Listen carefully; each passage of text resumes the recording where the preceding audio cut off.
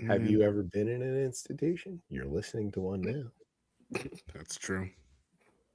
God, there's so much has happened since the last time I've been on here. Nothing has happened. What are you talking Like about?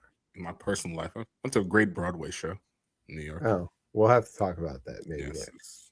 it was crazy. Actually, it was about Roald Dahl, giant, insane. Oh yeah, It's and insane. was there? What'd you say? I know all about Roald Dahl. There's peaches. There's candy factories, And anti-Semitism. and yeah, lots of anti-Semitism.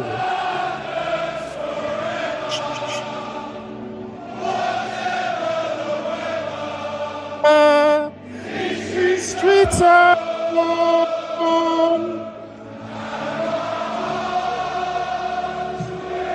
yes. Yes, this is exactly how we This is how I got to feel all of those times. Go ahead, enjoy yourself. Building, yes.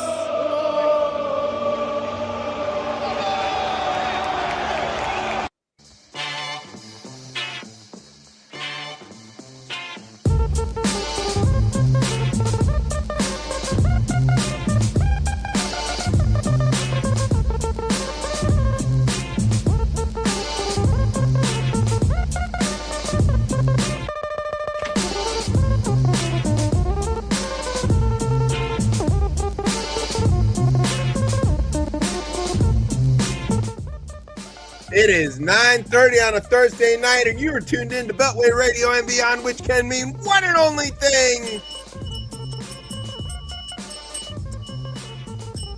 But this is Chip Chat. Welcome to Chip Chat, everybody. I'm Chip. Who are you, Victorious Tez? You just told him, buddy. Oh my God, I can feel it. I'm getting misty-eyed just thinking about it. What a great Sunday was so beautiful.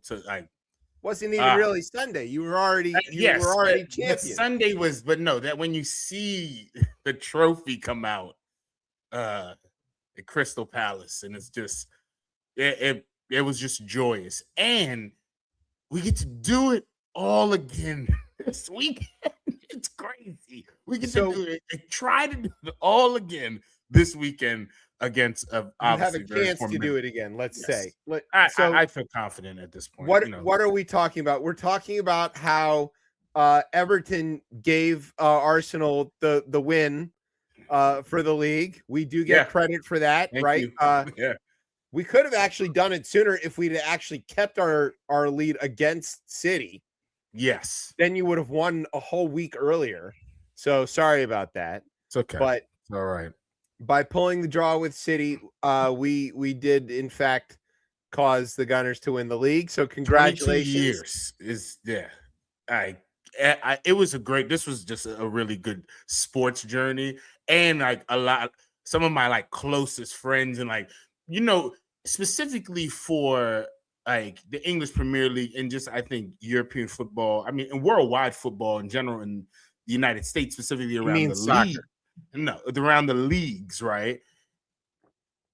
That whole I really would credit it really for NBC Sports Network when they initially get that package, because before you could get it, but like it's like you're getting up early, you're hoping that the bar has like Sky Sports, like it wasn't accessible, and it's been really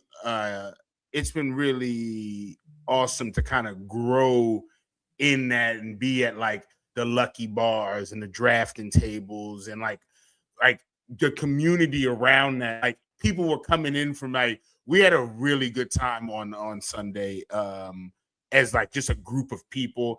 There were jokes made from folks to me that, you know, they were like, this is like trying to solve what is it called, the male loneliness epidemic. Yeah, right. It's like this like huge male loneliness epidemic. It's not sports. Watch sports. You'll find plenty of friends.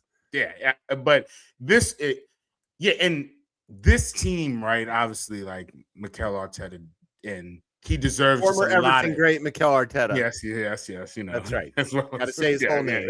Whole name. Just the squad that's built and like the folks that come out the academy and the style of play. I mean, it was like the corners over the last 2 years, and like I just not it's this and like right. ending up like second place. What was that? 3 years, maybe 4 years in a row. You held the title of the Bottlers for, I don't know, the longest time. I think he set a record for the most second place finishes in to that fucking wanker. Tell him to go some fucking place as well too. Like, it doesn't, like, even that, like, it was good. And to lose to City and to still have the resolve to be like, we can still do this. And I don't even say we with sports like this, but like Arsenal and Nationals are still like, those are the two teams that still have me in this week. I could wax. We could do a whole separate show on this. Well, so no. The real question is, how do you feel? Because so much of I mean, over the years that we've been friends, right? Yeah. Your identity, and I think this is true of many Gunners fans, is tied to this. There's no hope. This sort of like, every time anybody says anything positive about Arsenal, you're always like, yeah, but we'll find a way to blow it. Like, every one of my friends that are Arsenal supporters, that is how they feel. I had to even correct that on Sunday because folks were just bringing up, like, again, and I probably just kind of did that as well, but bringing up kind of just like the dark ages. And I'm like, hey, right now that's done. Like, right at this point, that is over with. Like, we have won the Premier League and we're in the freaking Champions League final. Like, that's like, it doesn't really get any bigger than that. Like, those would have won the FA. It would maybe trying to go for those crazy, like the triples, but you're on the edge of a double. I mean, a double is insane. It's doable. And so what is your identity now? No, it's champions. What the hell? That's what it is. Do you know how to behave as a champion? Yes, it's clear as day because we are now champions. Like, they've already shown that work. And do you? I don't mean them. I mean you personally. Personally, yeah. So I'm not far off. Again, it's getting. You remember when the Nats won? I remember the Nats won. Yeah, like, so I'm not far off from that. We still have the Mystics get there. Like, there's been championships around here, but like. This one is a little different. I think this one is, okay. As somebody who has experience being an obnoxious champion, right? This is a thing that Michigan fans have gotten good at in the last several years. Do you know how to obnoxiously, like, just insert Arsenal into conversations or whatever? No, I don't. It's been so easy getting dressed the last few days because I just go in and grab whatever new Arsenal kit. Just to walk in the streets, because some people, clearly the people who are like happy about it will like say something, but then you'll just see people who just scowling because you know that like they're either a City fan or they're Liverpool or like or Tottenham fans. Don't give me that. No, but I mean, if they're City fans, they became City fans less than 5 years ago. That's maybe. Okay, maybe 7 or 8. I don't like at this point. It's like I just need to wear and then I just need to wear the kit, and then we'll get the actual champion kit for the Premier League. You know, with the goal on it, and hopefully there's a Champions League kit for the winner of that. That is what the Saturday will be. Saturday's going to be very intense because PSG they're going to try to go out and score. They're very good. They're really good. They're going really good. They're going for back to back, and they have an incredible team. Yeah. So yeah, but, I'm rooting for you. I think I've seen people comment that Arsenal, we haven't seen them doing any training or anything like that, and I'm kind of like, at this point, no, like, they know what needs to be done to go out there. And some might credit like them taking days off over the last few weeks of them playing a lot better and just like taking the pressure off. So, and the pressure is off again. They're Premier League champions. Like I'm very excited. So there you go. We needed to address this. A whole 10 minutes, a whole intro. You look. Oh, it's so good. Because I wasn't expecting it. I wasn't expecting. You weren't expecting. I wasn't expecting that to come on, and as soon as I heard it, like the smile on my face, it just came on my face. I was like, "Oh yeah, that did happen." And again, Saturday we had the worst time to have a week off because so many things Yes. Usually when we're off, nothing happens. Nothing happens. But this week that we were off, a lot of stuff happened that we would have wanted to talk about, including your win. We could go on for soccer for days. I do just want to like toss out there this question that I think is kind of hanging over everybody is with Pep leaving and City not winning, will the league finally come down on them for all of their financial iffy dealings, let's say? And if they do, what does that really mean? So just like, let's see what that looks like. Stay tuned to that. There's not necessarily an off season in soccer. Obviously, we're going into the World Cup, but there's definitely no off season. But as far as like what's going on in Premier League, that there is this gap, right? But it isn't really a gap because there aside from the actual soccer that's happening, right? There's World Cup soccer. There's going to be all that stuff, right? There's also this like what's going on with the rules, what's going on with offsides and VAR, and then also what's going on. I love VAR. I'm sure you do. But what's going to happen with City, and then what's going to happen with some of these coaching vacancies and all of that stuff. So there's a lot to watch. It's an exciting offseason. And I think, again, with the World Cup, it'll be interesting because there'll be a slow start to the season. And I think it could be wide open because a lot of players will need to rest. So it'll be interesting to see who is actually in a lot of these squads they're starting.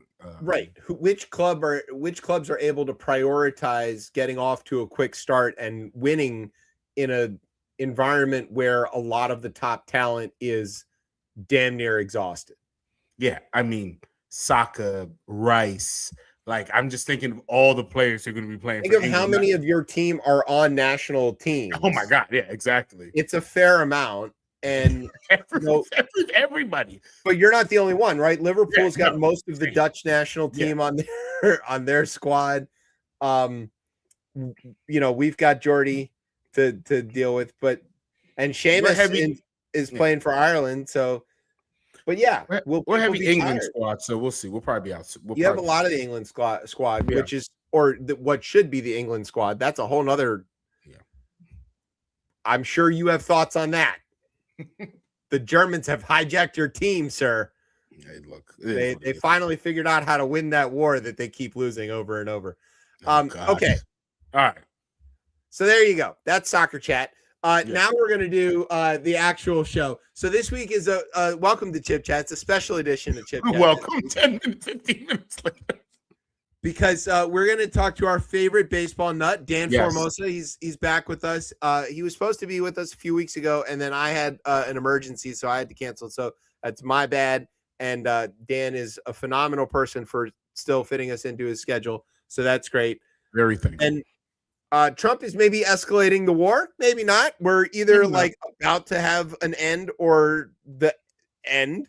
It's something's gonna happen or not. It's a silly We've been timeline. Here in this exact spot for like weeks. So, stay tuned. We don't know. It might be starting a new war in Cuba. That's going on. That's pretty good. Or he's sleeping. Who knows? I mean, he's just doing all kinds of stuff. The YOLO caucus is forming in Congress. We're going to talk about that. I have an idea who those folks are. Oh, you know who they are. I know who they are. And then also, the January 6th guys are getting paid. So you have thoughts. That's your whole test talk. I wrote it for you. I know. It's just, someone at the, again, and it was not a white person who said this, so we'll just take that out. But someone was like, yeah, and they're getting reparations. And I said, no, it is not that. It is not that. It's a slush fund. It is what they are calling it. They can call it. Yeah. But they weren't wrong. They're getting the legal term would be reparations. It is not that. They were not wronged. 40 acres and a mule. Jesus. See what they get. Yeah. All right. Just we'll talk about that. So anyway, we got a lot. There's headlines, there's all kinds of stuff. This is a big show. Big show. It's going to be on time. We promise. I know. So, it's a short show. Short show. All right. So 11:0. No, that's what am I talking about? 11:0. Do you have a word? 11:35. We'll put that out there. That's what you're putting out there. 11:35 p.m. Is that one of your book titles? All right. What's Do you have a word? Are you ready? Do I have a word? Do I have a word? Yeah, I have a word. Okay, I've got a word. Do I have? Yes, I think I have a word. I think I have too many things. It's too many things. Okay. So sit back, grab some football. It's strikeout time. You're listening to the best show, the only show, Chip Chat on Beltway Radio and beyond. Sweeps.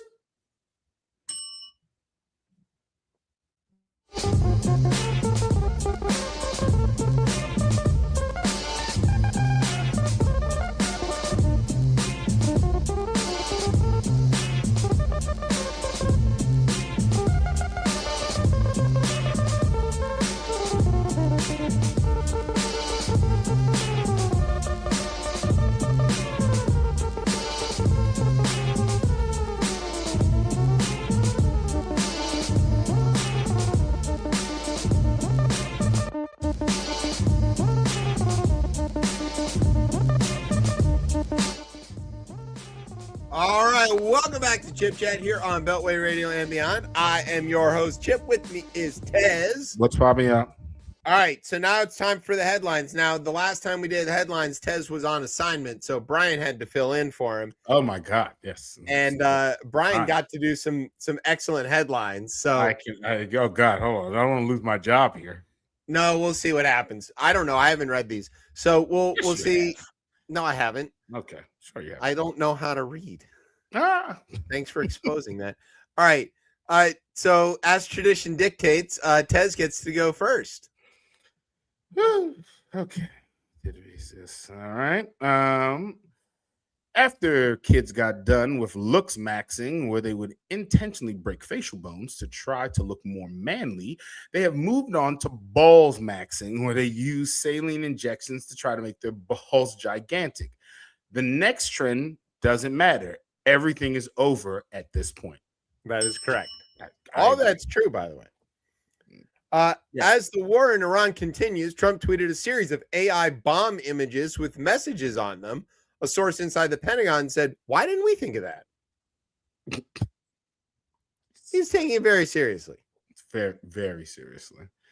The meme war, which is supposed to be something that plays out.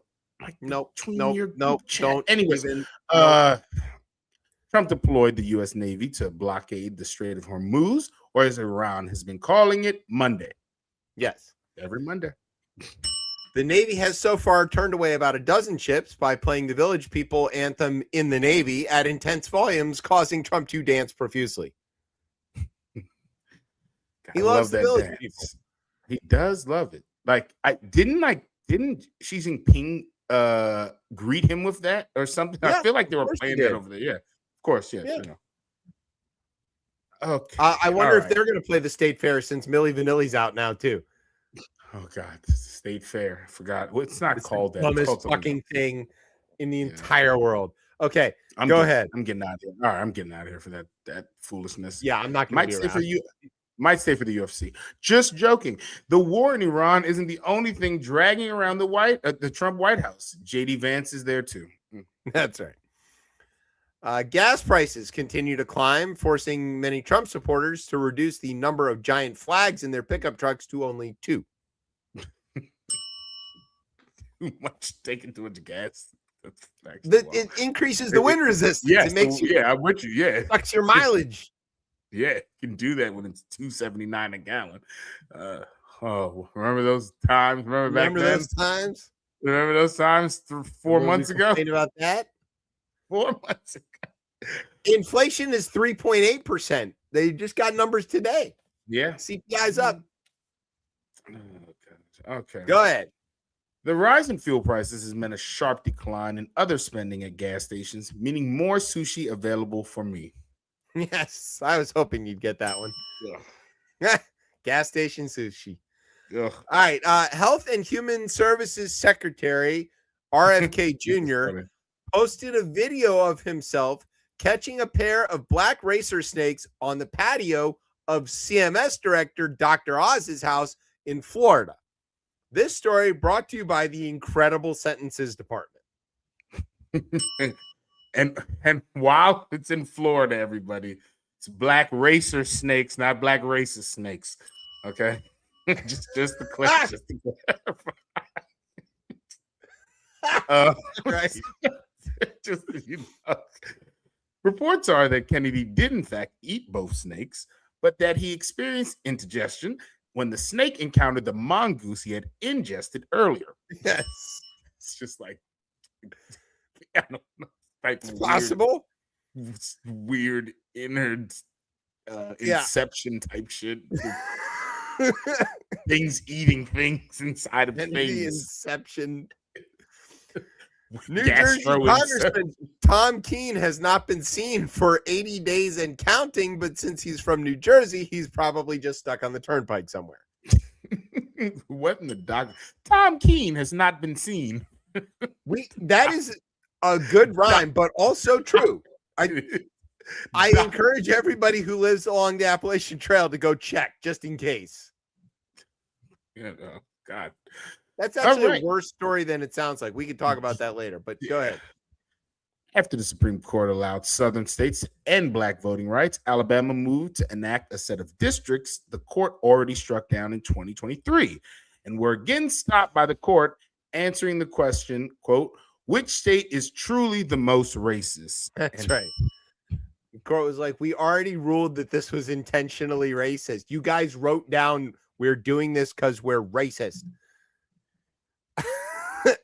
Not to be outdone, Mississippi attempted to redraw their districts, but the court didn't accept their submission because it was drawn in crayon.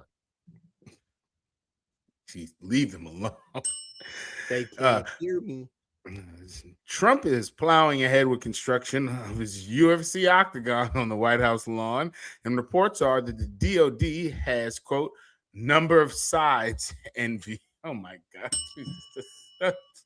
I wanted you to get that one too. That's good. Oh my God. That's a geometry joke.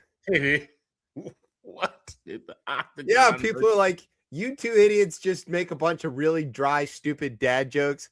And then our writers were like, I got you.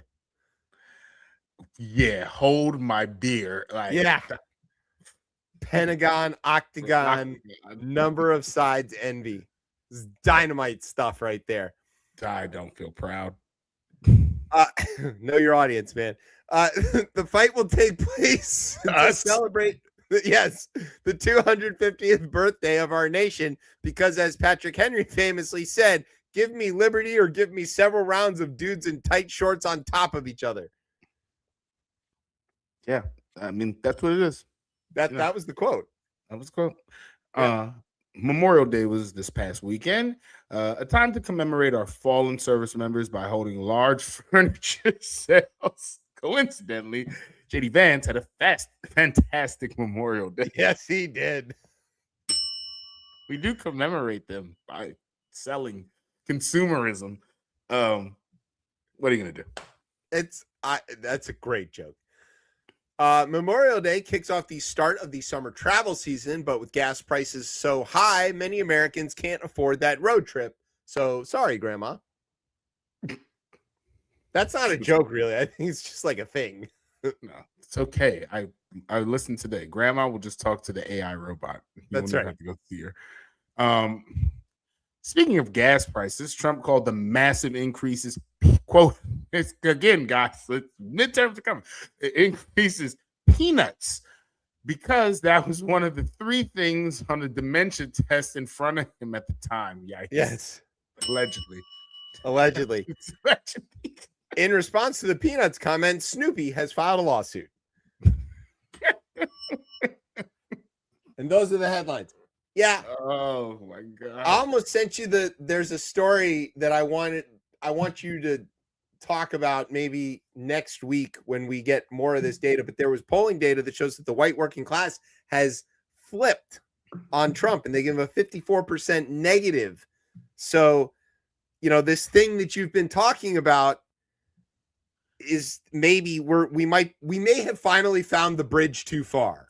Isn't this the case with every president? The one thing they can't escape is the economy. And like for better for worse, right? Biden had to hold the economy that, like, again, it was taking too long, and unfortunately that's just how the shit shook out. But in this case, this isn't like crazy. A holdover. This is crazy. People saw direct involvement of Trump to crash everything, and quickly enough that they can say he did it. They were doing it with the tariffs, and we were still battling. We were still like we hadn't hit it yet, and he was like, "You know what? I got something. You won't let me destroy the economy. This is not crashing fast enough. I want to buy everything for no money. I want the economy to fail. Also, those farmers are still surviving. I have to destroy them. So many people are saying the farmers have to die. I have to kill the farmers. Sorry." He's killing the farmers. He was like, "I got you." It's insane. Gas prices could hit $5. Here, like, or $5.50. That you might have riots in the streets. Like, so we'll talk about that a little bit later. But I just wanted, like, and maybe we'll get money for it. No, everybody. No, if you riot, you get paid. Well, it depends. I can get paid for it. You probably can't. I'll get paid. I'll pay for it. I will. I will probably convince somebody I was there. Yeah, I will pay for it. I even got the beard. Yeah, I wear the same outfits that they do. That is true. They do too much digging, though. It's over for you. Yeah, no, that's fine. But they clearly they're not into actually checking anything. Yeah. All right. So those are the headlines. We're going to take a break. When we come back, we're going to talk to Dan about baseball, which we have a ton of stuff to ask him about. This has been a remarkable beginning to the season. So I'm so excited. We could start with the end of last season. No, don't. Did you read ahead? Don't read ahead. I didn't read ahead. Of course not. We're going to take a break. We'll be right back. You're listening to Chip Chat on Beltway Radio and beyond. Sweet.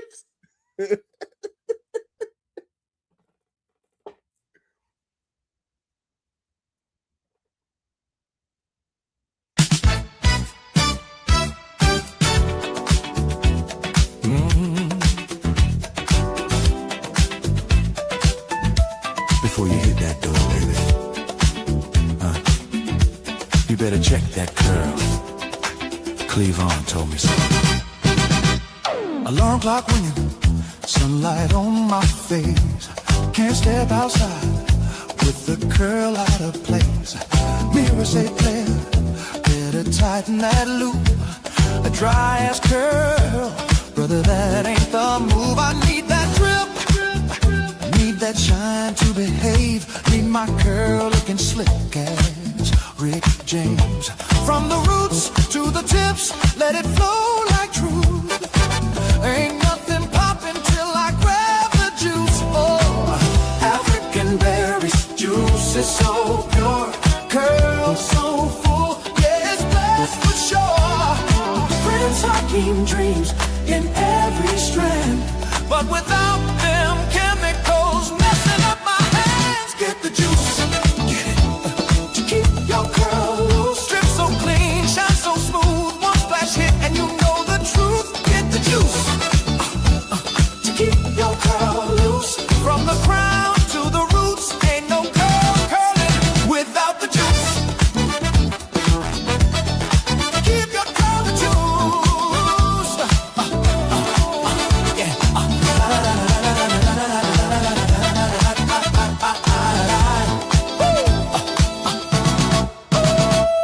Unfiltered water, straight from Lake Victoria. Tanzania minerals, bring the curl euphoria. Yeah. Hit it once, 5 to 10 minutes strong. Then evaporation, say player, you've been warned. Summer heat, turn curls to an afro quick. So keep a bottle close, yeah, that's the trick. Reapply on the go, keep the motion improved. Stay glossy all day with the juice. No harsh chemicals, no itchy scalp, no greasy couch stains. Don't mess up my headrest, man. Just shine, luster, and drip and drip. Oh, get the juice. Get it. To keep your curl loose. Let it sway, let it shine. That curl pattern working overtime. Get the juice. To keep your curl loose. If your mirror smile back, yeah, you already know the truth. The juice. Keep it for the truth.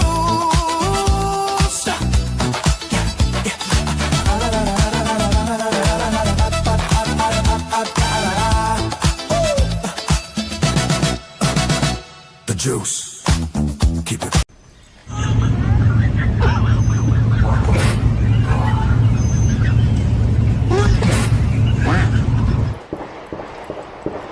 What is that?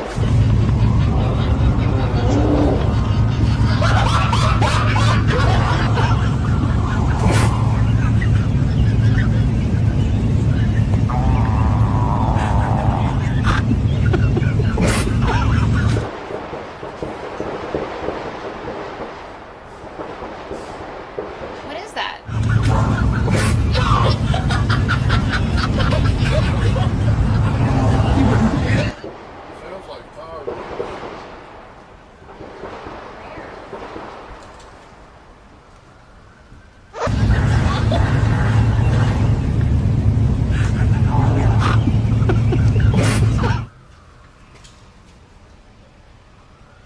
That was about 20. Out.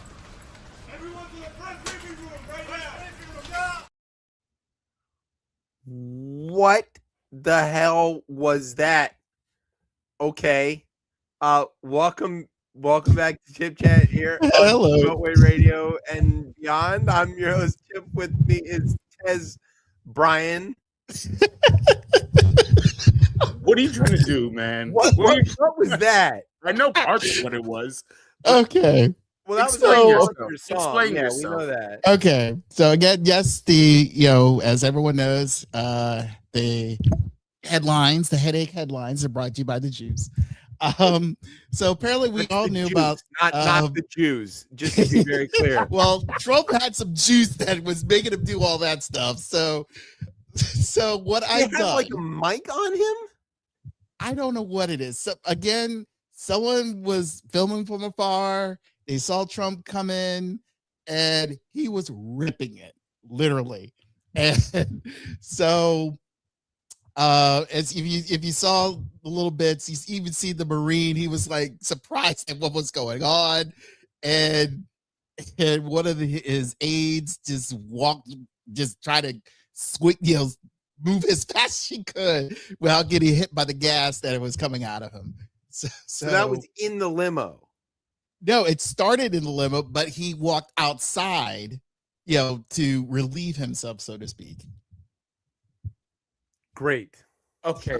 So So- that's what he was okay. Thank Yes. you for that explanation for that Yes. part. So yeah, and of course the NBC reporter, that was from all the buckshots that were happening prior to that, but a nice little remix version of this. So. Okay. All right. Well, thank you, Sorry. Brian, for our guests. That's how we brought classing him up on. the show right before our guest is on. Usually we do this after the guest. we usually play like a song from somebody that it's nice and dope. We don't do this. All right. So Dan Formosa is an engineer, author, YouTube star, and all kinds of things. But what he is to us is our baseball rules insider. And what's more inside baseball than people talking about the new rules? This year, there are some big changes. As we like to do, we've invited Dan back to the show to discuss. And for some reason, especially after that, he's decided to come back. Dan, welcome back to Chip Chat. I am happy to be back. That's a statement. Very kind. Hey, can I start with something that I'm really surprised at? Headline. How did you guys skip over the $250 bill with Trump's picture on it? Because our writers wrote this yesterday, and that hadn't happened yet. And also, there is so many things that we have to skip, and that probably can't happen. So I don't know. dictator shit. He's already on, like, he put himself on a passport. He's got a gold statue of him doing the Saddam pose. He's doing it like the most. He show up like Gaddafi with a bunch of fucking medals on his chest that he didn't earn. So much Chairman Mao stuff going on. It is. It's a lot of that. Hey, my bet pays off at the end of June. If there's still an election scheduled at the end of June, then I'll lose. But we'll see. Oh, it is June. That is where you. Yeah, okay. We are very close. Yeah, very close. So that's good. That's a bet I want to lose. Okay, so there are some new rules in baseball this year, and the first question I want to ask, because we talked about this last year, is that there's a line on the outside of the first base path that is, you explained to us, that's the point at which right-handed batters have to get onto the base path or be close to it or on it or whatever, or a little outside of it. But that rule got removed. So did they take that line away? Is the line gone? The line is still there in most stadiums. But so why? But I don't know. Someone's getting paid to put it down. That's a good point. That's a really good point. You know, the groundskeeping is really funny because there are some standards, of course, to the infield, but not to like the height of the grass or the pitch of the dirt going up the first base line. Like, for instance, if you have a team that bunts a lot, they want to keep the ball in, so it may be graded a little bit to the inside. And of course, they recruit players based on the stadium because they're going to play half the games in that stadium. So depending on where they hit, left, right, etc. So a lot of things going on with groundskeeping that you may not even think about. Okay, so the line now is completely vestigial. Yeah. Okay, there we go. Settled. All right, so the big one that, of course, everybody wants to talk about is ABS, right? And the challenge system and all that stuff. So before we get into the details of this, can you briefly explain to everybody what the new set of rules for challenging pitches and how the ABS system is involved in that and all of that? Right. So in the regular 9 innings, each team gets 2 chances to challenge the umpire's call of ball on balls and strikes, not on other stuff. No, definitely not on other things, but on balls and strikes. Each team gets 2 chances. If the ABS system, which is a series of 12 cameras that are watching that ball as it crosses home plate, if that challenge is upheld, in other words, if the umpire is incorrect, if the cameras are correct and they disagree with the umpire, then that does not count as one of the 2 chances to challenge. So you can continue on as long as the team that challenges is correct, as long as the ABS system upholds the challenge for the team that questioned it. Gotcha. So you can basically be wrong twice. Right. Now, if you go into extra innings, it's 1 each inning. It's 1 more time each inning. Gotcha. Extra inning. Okay. So that's the basic thing. So is this in the rule book though? Like, what's the deal with that? No. Okay. Explain. Strangely, the ABS rule is not mentioned in the official rule book of 2026, Major League Baseball's official rule book of 2026. And I have been searching around as to figure out why, and I cannot, but it's not in there. You can download the 2026 rules. You just can't find any mention of ABS system.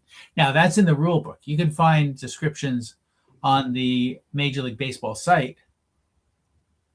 But okay, if it's not in the rule book, how is this being administered or governed? I mean, at what point could some skipper just walk out and be like, "Hey, this isn't in the rules"?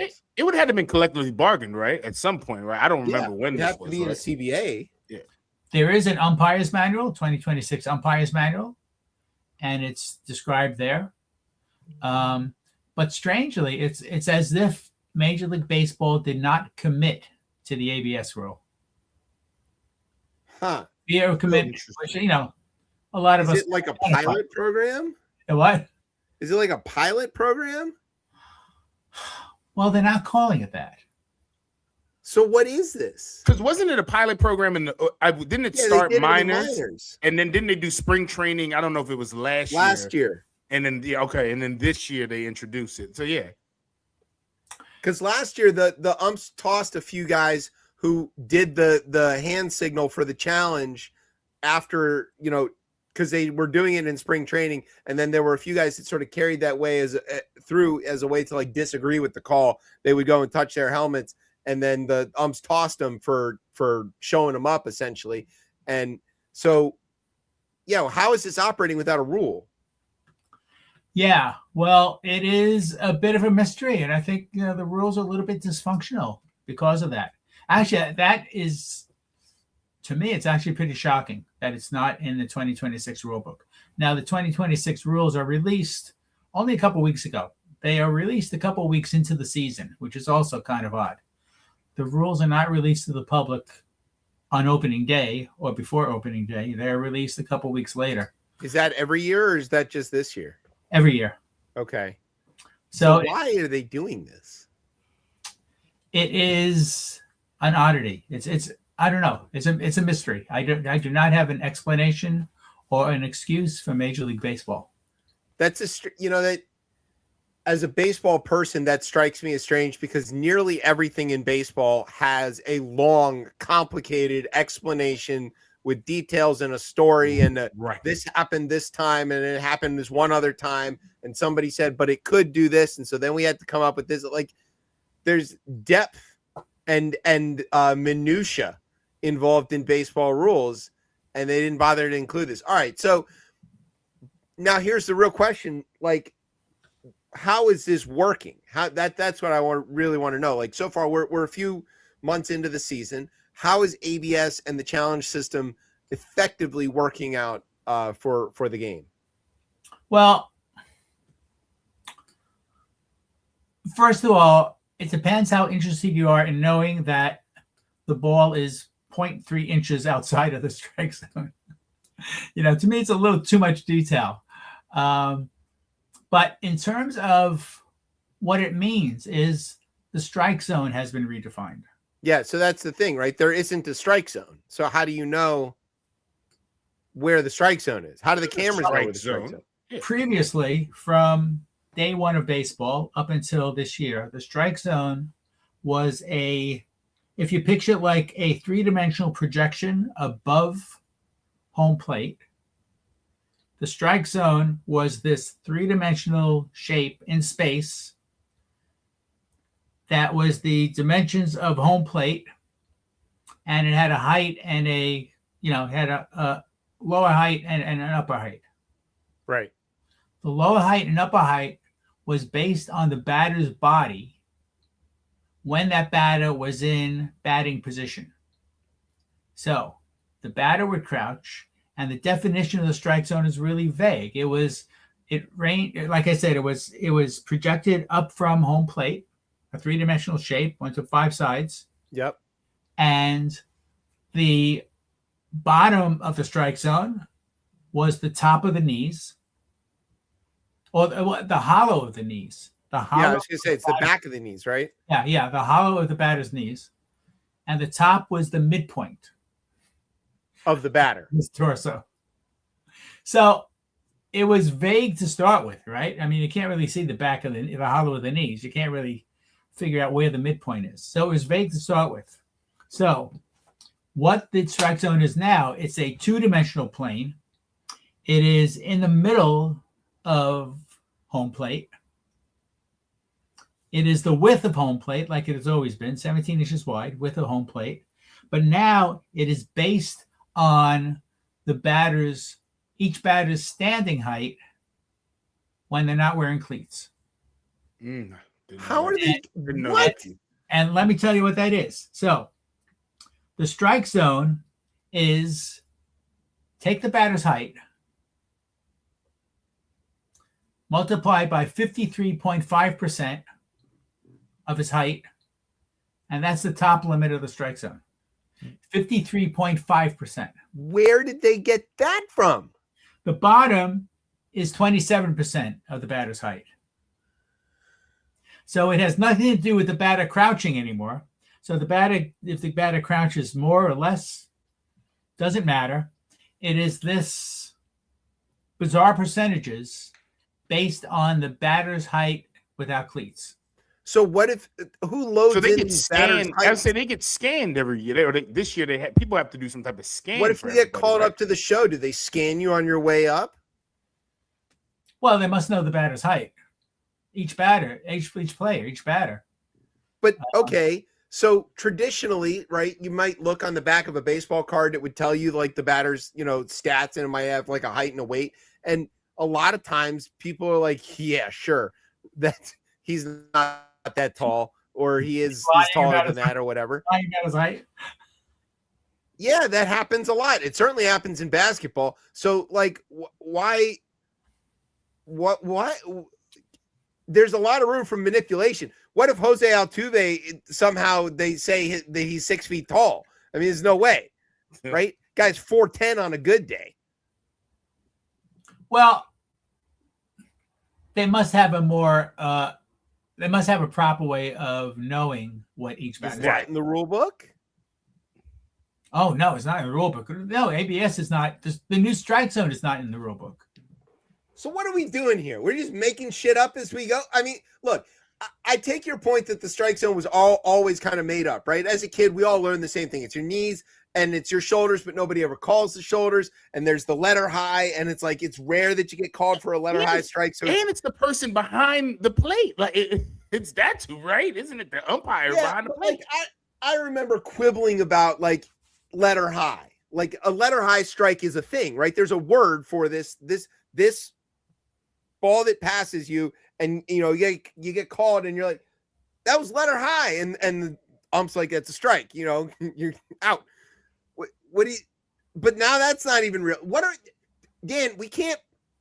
We need a rules-based society. We can't just be making up baseball as we go. We're not Abner Doubleday here. How is this happening? Where there's no. How could the CBA allow for this? The Players Association has to have some input here, right? It seems to be working. I don't know. It's fun to watch. I'm not saying that. I will sum it up by saying it's unexplainable. I don't know. Yeah. I don't know why it's not in the rule book. I don't know how they came up with 53.5%. When I said 53, I said 53.5% of the batter's height. What the hell does that even mean? No cleats on, which I did not know. So think about this now from the umpire's point of view, or from the catcher's point of view. There are no landmarks. Right. How can he possibly judge this? Because he can't even look at the shoulders or the knees or the letters or anything. Yeah, it's not even guessing where the hollow of the knee is. There is nothing tangible. When the batter comes out to bat, there's nothing tangible that would determine the height or the upper height or the lower height of the strike zone. And what if you throw like a wicked slider that comes and crosses the plate deeper than that plane is now? Like, you could do that. I've seen it, right? I've personally been I've swung at them, right? The pitch that comes in on you, or in this case outside, and cuts across, and you're like, that's definitely a ball, but it does catch because it used to be a 5-sided column, right? Yeah. Yes. So now that doesn't do that anymore. That's not the case anymore. What you said was right last year. It was a invisible three-dimensional shape. So if you manage to pitch in a way that curved around the back of a home plate. Yeah, caught the back corner. I mean, like every other pitch Tom Glavine ever threw. Like, what are we talking about here? Yeah. So Glavine couldn't pitch in an ABS world because painting the black no longer counts. Correct. It is now a two-dimensional plane. But it's not in the rules. But it's not in the rules. I'm getting pissed off. All right. The other question really about this is, from me watching, layperson watching, it appears that there is, and I'm not going to say who I think it is, I'm gonna let you guys say who you think it is.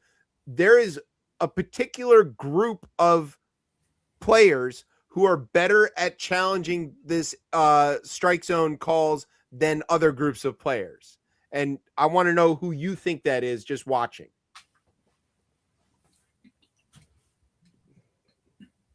I know who it is. Oh, you know who it is. All right, Tez, do you know who I know who I think it is. I don't know if it's right, but what do you think, Tez? Of like the group of players who are doing this?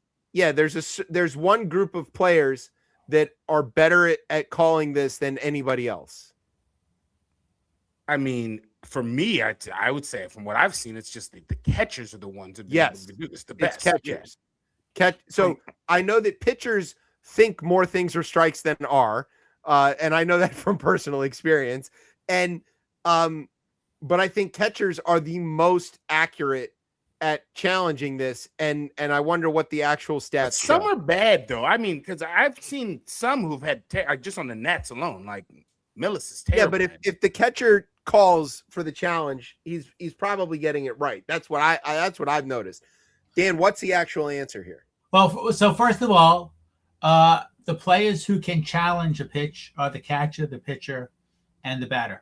Yeah, it's not like the shortstop is challenging. Yeah, it's not like everyone else can challenge it, right? Yes. Not the manager can't do it.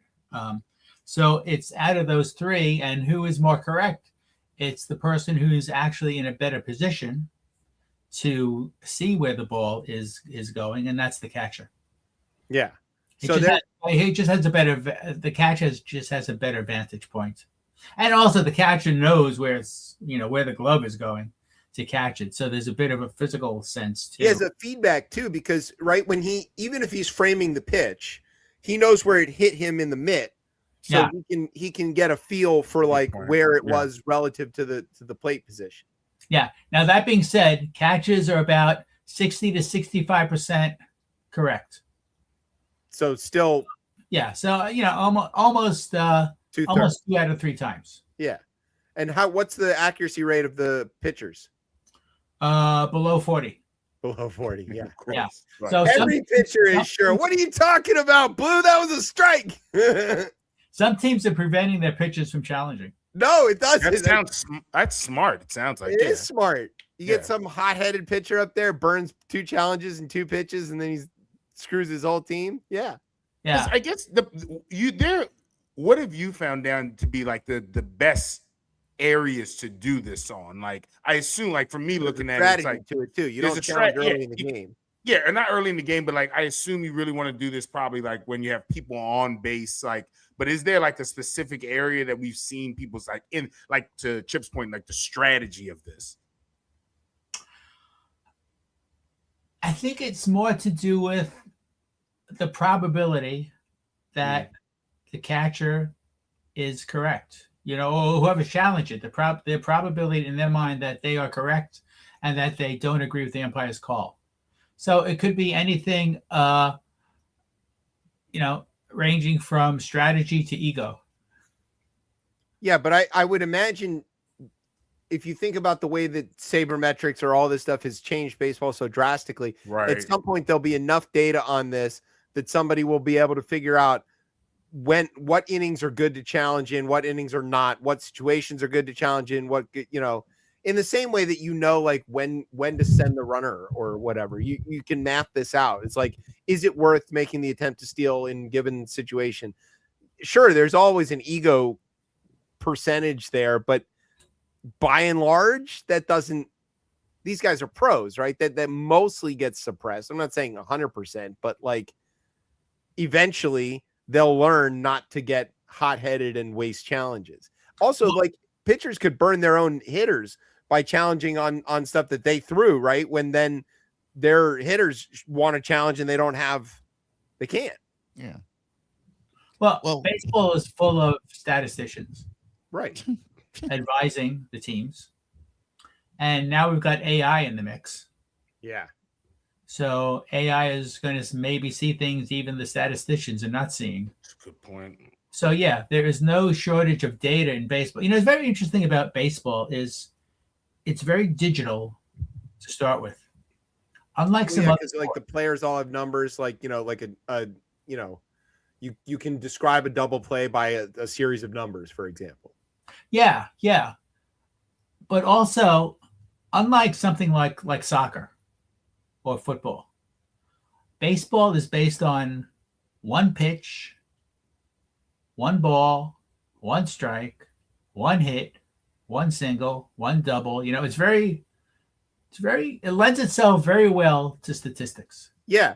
I've always said that. So my dad is a huge baseball guy. He's also an economist. And I have said for the longest time that I think the reason that a lot of economists love baseball is that baseball exists primarily to generate numbers that then can be sliced and diced and examined forever.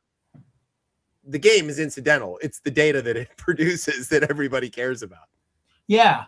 The other thing that baseball is conducive to, and the reason it has existed over the decades, is that it was very easily listened to on radio. Oh yeah, the cadence of baseball on radio is perfect. Yeah, there's probably no better sound in the world. Yeah, you don't necessarily have to see it happen. Right. So yeah, baseball is interesting from a whole lot of aspects. Now, the other thing that's going on with the ABS system is while Major League Baseball wants to shorten the games as much as possible, the challenges are adding about 5 minutes to each game. Right. Yeah, I was going to say, like, the NFL had this problem that replay made the game so long that then they got rid of it altogether, and then people wanted it back, and now it's basically back to making the game so long. I'm okay with these 5 minutes added to it. Like, it's worth it to get it right. I think. I mean, yeah, and at least inside this. I mean, I think inside the stadium and even watching it on television, fans seem to really enjoy this. And like whether you get it right or wrong, like there's a feeling of when that jumps up onto the screen and folks are waiting to see it. Like it feels different. Like it definitely. I think it's a success. But to Dan's point, it does the ABS challenges or the replay challenges, like, you know, whether somebody's safe on a tag or whatever, lend themselves very well to television, and in the stadium where there's a jumbotron, they do not lend themselves to radio. No, so they do not. Now, when you're in the middle of this challenge, you got to chatter for a good 2-3 minutes to like fill this time while the umps are figuring out what all is going on. I mean, baseball announcers are great at that, but I'm just saying, like, that's yet another. Hey, look, I grew up with John Miller on the radio calling the Orioles. So you know, talk about like a luxury living as a kid with listening to that voice tell you what's going on is like, I probably didn't appreciate it as much as I should have at the time, but it is incredible. But yeah, I mean, they got to fill time, right? They got to explain what's happening in the challenge. Yeah. And, you know, on radio, well, even on television, baseball has a sound and a pace to it. And, you know, I've not watched a game before where the announcers have not talked about the food in this. Yeah, right. They talk about the food in the town. The restaurants that they went to last night. You know, there's a lot of chatter going on because of the pace of the game lends itself to that. You wouldn't get that in football, right? You wouldn't get that in soccer, but in baseball, you know, people can chat with the announcers can chat with each other. Yeah, you certainly don't get that in basketball or hockey or anything that's that fast. All right, so a little while ago, there was a rule problem with switch pitchers and switch hitters. We finally had a few guys who could throw gas left or right-handed, and so there would get to be this problem that had not really come up before, where you got a switch hitter who faces off against say a lefty pitcher, and he's like, all right, I'm going to hit from the right side. And then the pitcher switches and he's like, I'm right-handed. And then he's like, oh, okay, I guess I'm going to hit from the left side. So they had to put a stop to that. What is the official position? Where are we at with that? Because I didn't hear if it all got finalized or whatever. Well, you definitely can't switch, as you know, when the batter comes up, the batter can't take a couple of left-handed swings and then a couple of right-handed swings. I thought they were allowed to switch twice. Not during an at bat. Not during the term at bat. Not when they're at bat. Okay, but they could switch in. How many ambidextrous pitchers are in the majors right now? Are there any? Oh, that's a good question. I don't know the actual number. So I know there was like a couple in the minors, and they had these weird mitts that had 6 fingers, so they could switch. Yeah, so they could switch hands. Yeah, it's sort of like a backwards Jim Abbott situation. Yeah.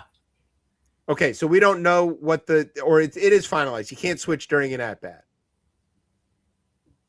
Yeah, not during an at bat. Yeah. That's a really good question. How many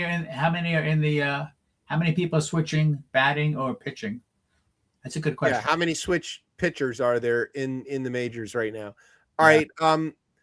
So then there's also this rule about relievers have to face 3 batters before there's a pitching change. So like it used to be, you'd bring in a guy to get 1 out, and then you'd bring in another guy to get 1 out, and like it would drag the game out because every pitching change was like 7 minutes or whatever, and time for a commercial. So what is the current rule, and when was that finalized? That rule was in place last year, so that is not new this year. All right, and then the other question, this one came from my dad, which is really just sort of to ask your comments on this, the Ohtani rule. What is the Ohtani rule, and explain the details of that? Well, what'd your father say about it? Well, I mean, I know what it functionally means. That was just really the question. But so the rule has always been in baseball that unlike in, say, basketball, where you can come out and sit on the bench and come back into the game, right? In baseball, once you're out, right? You can't come back into the game, not even at a different position or anything. The only thing that you could, and you're in the same place in the lineup, even if you change positions or whatever. So, but with Ohtani, because he is serving as pitcher, and when he isn't pitching, he's DHing. Now that there's DH in the National League, they made a rule that says he can come out of the game as pitcher and still keep his spot in the lineup as DH, but then they can replace the pitching portion of his existence, or I don't know what to call it, but yes. That's the rule, right? That's the rule. And keep in mind that Major League Baseball wants a lot of action on the field. Right. So well, no, I'm not disagreeing with the rule, but does it apply to anybody other than Shohei? Oh, I don't know. It's a good question too. These are trick questions. There could be, I don't know. There could be other players where that applies. Well, the reason I'm thinking about that is Ohtani is in our lifetimes extremely unique in that he is a dominant hitter and a dominant pitcher. But it's not that unique if you look back in the early days of baseball. Certainly Babe Ruth is the one that comes to mind, right? That he was such a good hitter that they changed him, made him not a pitcher anymore because they wanted his bat in the lineup as often as possible. If they had this rule, the Ohtani rule, in place then with a DH, which of course they didn't have, then Ruth might have been a two-way player that was that famous. But most of the guys playing in high school who are absolute fire throwers on the mound are also frequently very good hitters. And it isn't until they get drafted or go to college or whatever that they stop playing two-way ball. And I'm wondering if the Ohtani rule is likely to see more of that, in the pipeline, because it has opened the door for it. And are there other, because I mean, it makes sense. That's what I'm thinking. Yeah. And think about training too, because if you are pitching and batting, then you're spending half your time training on pitching and the other half training on batting. So you get half the training in each position as other players who are just batting or just pitching. So that can certainly have an effect. Yeah, but Ohtani has demonstrated, and again, I know he's a phenom, but he can't be the only one. There will eventually be other two-way players that are at least competent enough at both positions who can hit well enough that it's worth having their bat in the lineup and throw well enough that it's worth having them in the rotation. Yeah, it's just hard for them to get there because, they could be naturally gifted, of course, right? But the training is still halved for each position. The Yeah, training I is guess that makes sense. as intense as if they're just training for batting or just training for pitching. Is it? I feel like it's an honor to be on the planet living and breathing at the same time as Shohei Ohtani. Do you think that that is a thing that we will, like, our great grandchildren will be like telling these stories of like, oh man, there was this guy and he was the only guy and he did this incredible thing? I don't know. Athletes are getting more and more surprising as the years go on. But yeah, I think he'll be somewhat of a legend. Somewhat. Yeah, I think he's already there. I'm talking about the future. Right? He'll be legendary. People will talk about Ohtani the way they talk about Babe Ruth or Ted Williams or somebody like that. Yeah. But then what if someone else comes along? So, I mean, because you were just saying there could be a competent one. What if another one comes along? Because again, to Dan's point, these athletes have changed. Like, they've changed. Obviously, they're not the same. And across all the four major sports, they're different, right? I think even if you look at something like people scaling the wall now and robbing home runs, before, that was kind of like, oh, a novelty. That happens every week. It doesn't every week. Like, every week, there's someone who's scaling the wall and bringing it back over the fence. I feel like that wasn't always the case. I feel like that was more of a novelty at a point. So, I think the athletes are at a high level. Are you frozen? No. Are you just that's? Yeah, he is frozen, right? Okay, good. All right, I was worried for a second. All right, maybe not. No, he's definitely frozen. He popped out. I was looking at him and I was like, wait, he just has this stuck look on his face. He was just memorized by what you were saying. It was very weird. I was looking, I was like, wait, I know I do the show with him enough time. Something's wrong with him. Another question I had is like around, because I've even noticed this around, and maybe I don't think it's specific to like Masson and the Orioles and the Nationals broadcast here, but like the packages feel like they've all went, like, it's hard to find this on TV for certain teams. Like, Nationals have like their own streaming platform, and I mean, I was talking to a bartender at a popular bar here, or bar chain here in DC, and he was just like, I was like, hey, do you got the Nationals game? Like, do you have an MLB package? And he was like, no, since it's moved off of standard TV, I don't have that. And I'm wondering, like, between that and making it more difficult to find it, and then obviously there's the CBA that's going to come up, is there a possibility they squander away like this goodwill that I feel like there's been the last 3-4 years? Like, baseball feels like it's back. Like, does the league mess this up, I guess, is a more succinct way to say that? I'm thinking yes. I've got the same problem looking for the Yankees game, right? And, Thursdays, like today, I think it's on Amazon Prime, which I have, but I just wasn't, I was in a different room, not in my Amazon Prime room. So, and I do feel like I've got to search. Like, one, is there a game today? Two, where is it? Right. And you would think like Major League Baseball would want to get the game out there to everybody, as many people as possible, as often as possible. But it seems to be more and more difficult to find a game. Unless you're paying some subscription or right, or you're watching it streamed online, or it does seem counterproductive for what Major League Baseball is expecting to do for their future. I mean, the reason they shortened the game is so that more people would be able to watch it, right? You won't dedicate 3.5 hours. You maybe like 2.5 hours to the game. So they're looking for a future. They're looking for fans. They're looking for people to watch. But making it more difficult to find a game seems like it's counterproductive. Yeah. Oh, good.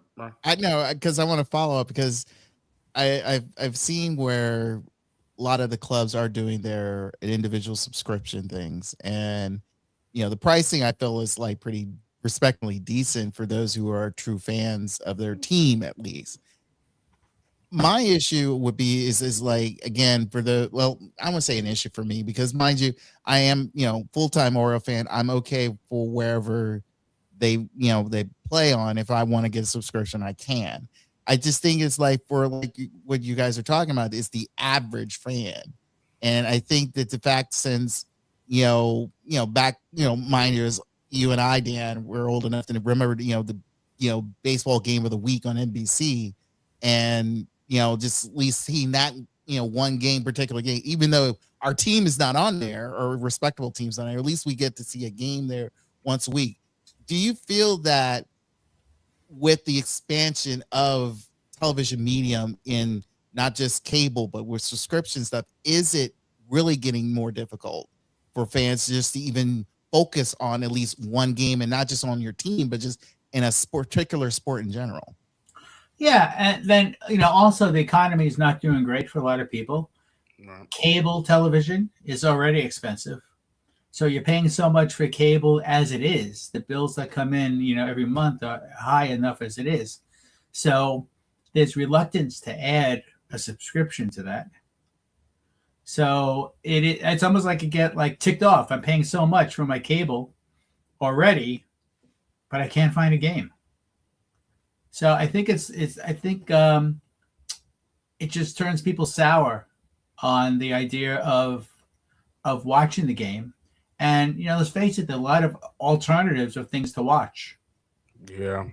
There's so many things. There's so much media out there, not necessarily sports, but there's plenty of other things to divert your attention away from sports.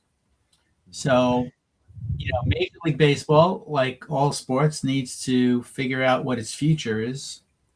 It needs to accumulate fans, especially all fans of all ages, but younger fans are going to have more longevity in watching the game.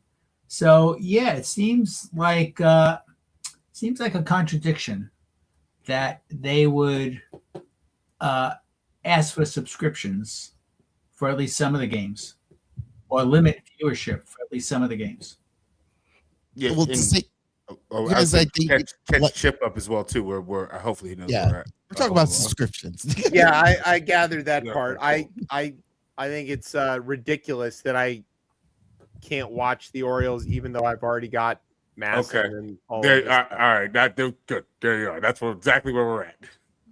And some of my friends are complaining that they don't have the Nats games now too, because it's not on. It's not part of Nats. No, adult. But my FiOS still has both, and I think it's because maybe we just have a sports package that lets us see all the things. But yeah, I don't care. I mean, but I guess the question I was mentioning. But the question that we were kind of debating is that baseball seems to have built so much goodwill over the last 4 or 5 years, right? Yeah. And between this fragmented way of trying to actually watch the games, right? No one can find the damn games, right? Unless you have these high subscriptions, you have to pay for them. And then again, this, because I know they just dropped this first edition. I haven't had a chance to even dive into it, but the CBA is, it's coming up. They're going to have another collective bargaining they might have agreement. A strike on their hands. I think there has to be.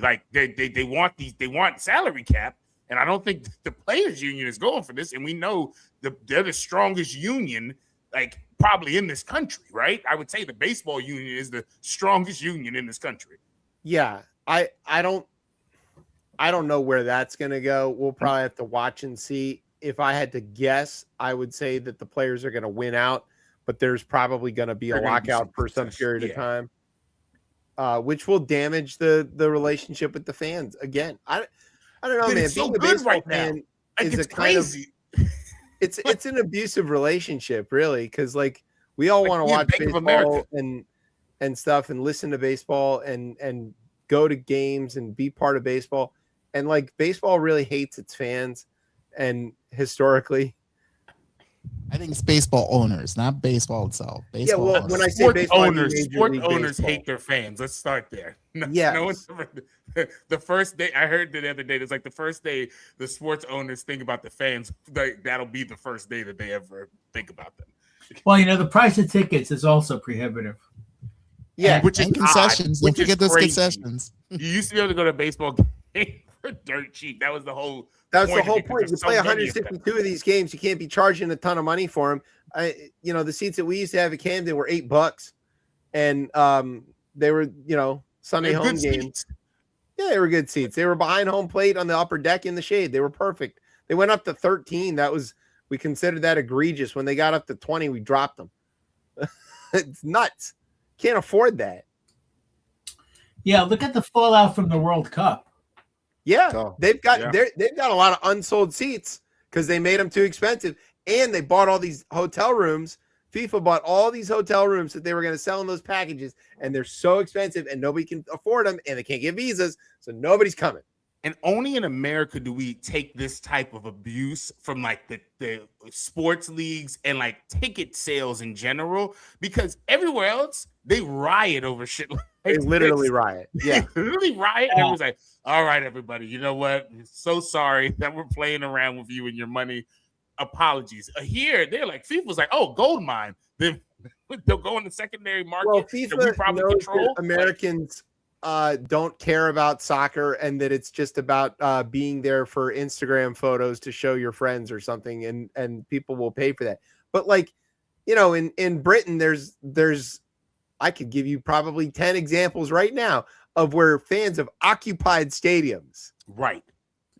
Until they get what they need. Like for days. I don't mean for like a while after the game. I mean for days. They'll occupy a stadium until the ownership caves. I don't know why we don't do that here. It's insane. Yeah, it's going to be interesting to see what happens with the World Cup because, you know, at least around here, New York area, so many people interested. Yeah, in watching it. I mean, so many people who are just very passionate about it. But at the same time, they're kind of getting screwed out of nobody can afford a ticket at all. Can you afford the train or whatever they're doing to get out to friggin' MetLife? I heard that they upped the price of that. That was like, what was it, $7, and it's like $100 or $200 to get out there now. No, that's it. Down here, it's a news item every day. How much it's going to cost to get to the stadium? The train. Yeah, Kansas City had this whole thing that they're like, oh, well, we're going to make a free bus that goes there. Okay, great. But like then parking for the free bus is $1 billion and everything else is $1 billion. It's probably cheaper to go to Mexico City to watch a match than to go anywhere. Maybe in the United States. This is why we need $250 bills. Yeah, well, there we go. We brought it back. There it is. Right. Full circle. Yeah, I need. But it's also a thing where like $250 bills. If you make it prohibitively expensive to attend a game, baseball or otherwise, people won't, and they will watch at home or they will listen on the radio and they will or stream it or whatever. And so that's why they're making it so difficult to stream, but they're not also like they're trying to box us in. I feel like, you know, they're trying to cut off avenues. It's hard to watch on TV and hard to go. Yeah. That's how you lose the sport. They're trying to make it so we can't watch baseball. I think it's time to occupy these stadiums. That's the right thing to do. Is we're gonna have to occupy Camden until they drop the prices back down to $13, and that's it. How many hot dogs can you eat? I think they're shooting themselves in the foot with a lot of these issues. Yeah. Well, you'll be able to predict that in your next book. So then I do have another rules question, which is it gets around. So like last time you were here, we talked about the torpedo bat, right? Whatever came of the torpedo bat, was there a change in any of the rules or anything like that? No, I am so disappointed. I thought torpedo bats were going to be super cool and people were going to be hitting that ball all over the field. And it was a minor improvement at best. Yeah, and not everyone is warming up to it. Not every player is warming up to it. Some batters prefer it, and I can understand why because it feels different than other bats. But there's not an amazing improvement in hitting power. If there was, every batter would be using it. Everybody would do it instantly. Yeah. But I'm kind of disappointed. I thought it was a very believable idea that by moving the weight of the bat, center of gravity of the weight to the middle of the bat, the swing would be faster, and the sweet spot would be. Yeah, it makes the sweet spot bigger. Yeah, the sweet spot would be bigger. So, and I'm sure there's, I like watching those videos where they slow up the compression of the baseball when it wall, it hits the bat or something, And so my initial impression of the torpedo bat was that if you take the weight out of the far end of the bat and you move it to the middle, then for instance, this is the way I think of it. If the bat was made of hard rubber, okay, and you whacked it, and you had the weight at the end of the bat, but you hit it in the sweet spot, I bet that bat would deform. Curl around the ball a little bit. Yeah, and you lose energy in doing that. If now the fat part of the bat is in the middle, it's a hard rubber bat, and you hit in the middle, it's not going to deform not going to deform because you're hitting right in the sweet spot, and that's where the weight is. So that was my initial vision of why I had high hopes for the torpedo bat, or at least why I thought the torpedo bat was going to work. But that's not working out to be the case.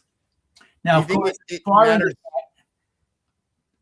of the bat is swinging faster simply because it's the far end of the bat. Right, it has to.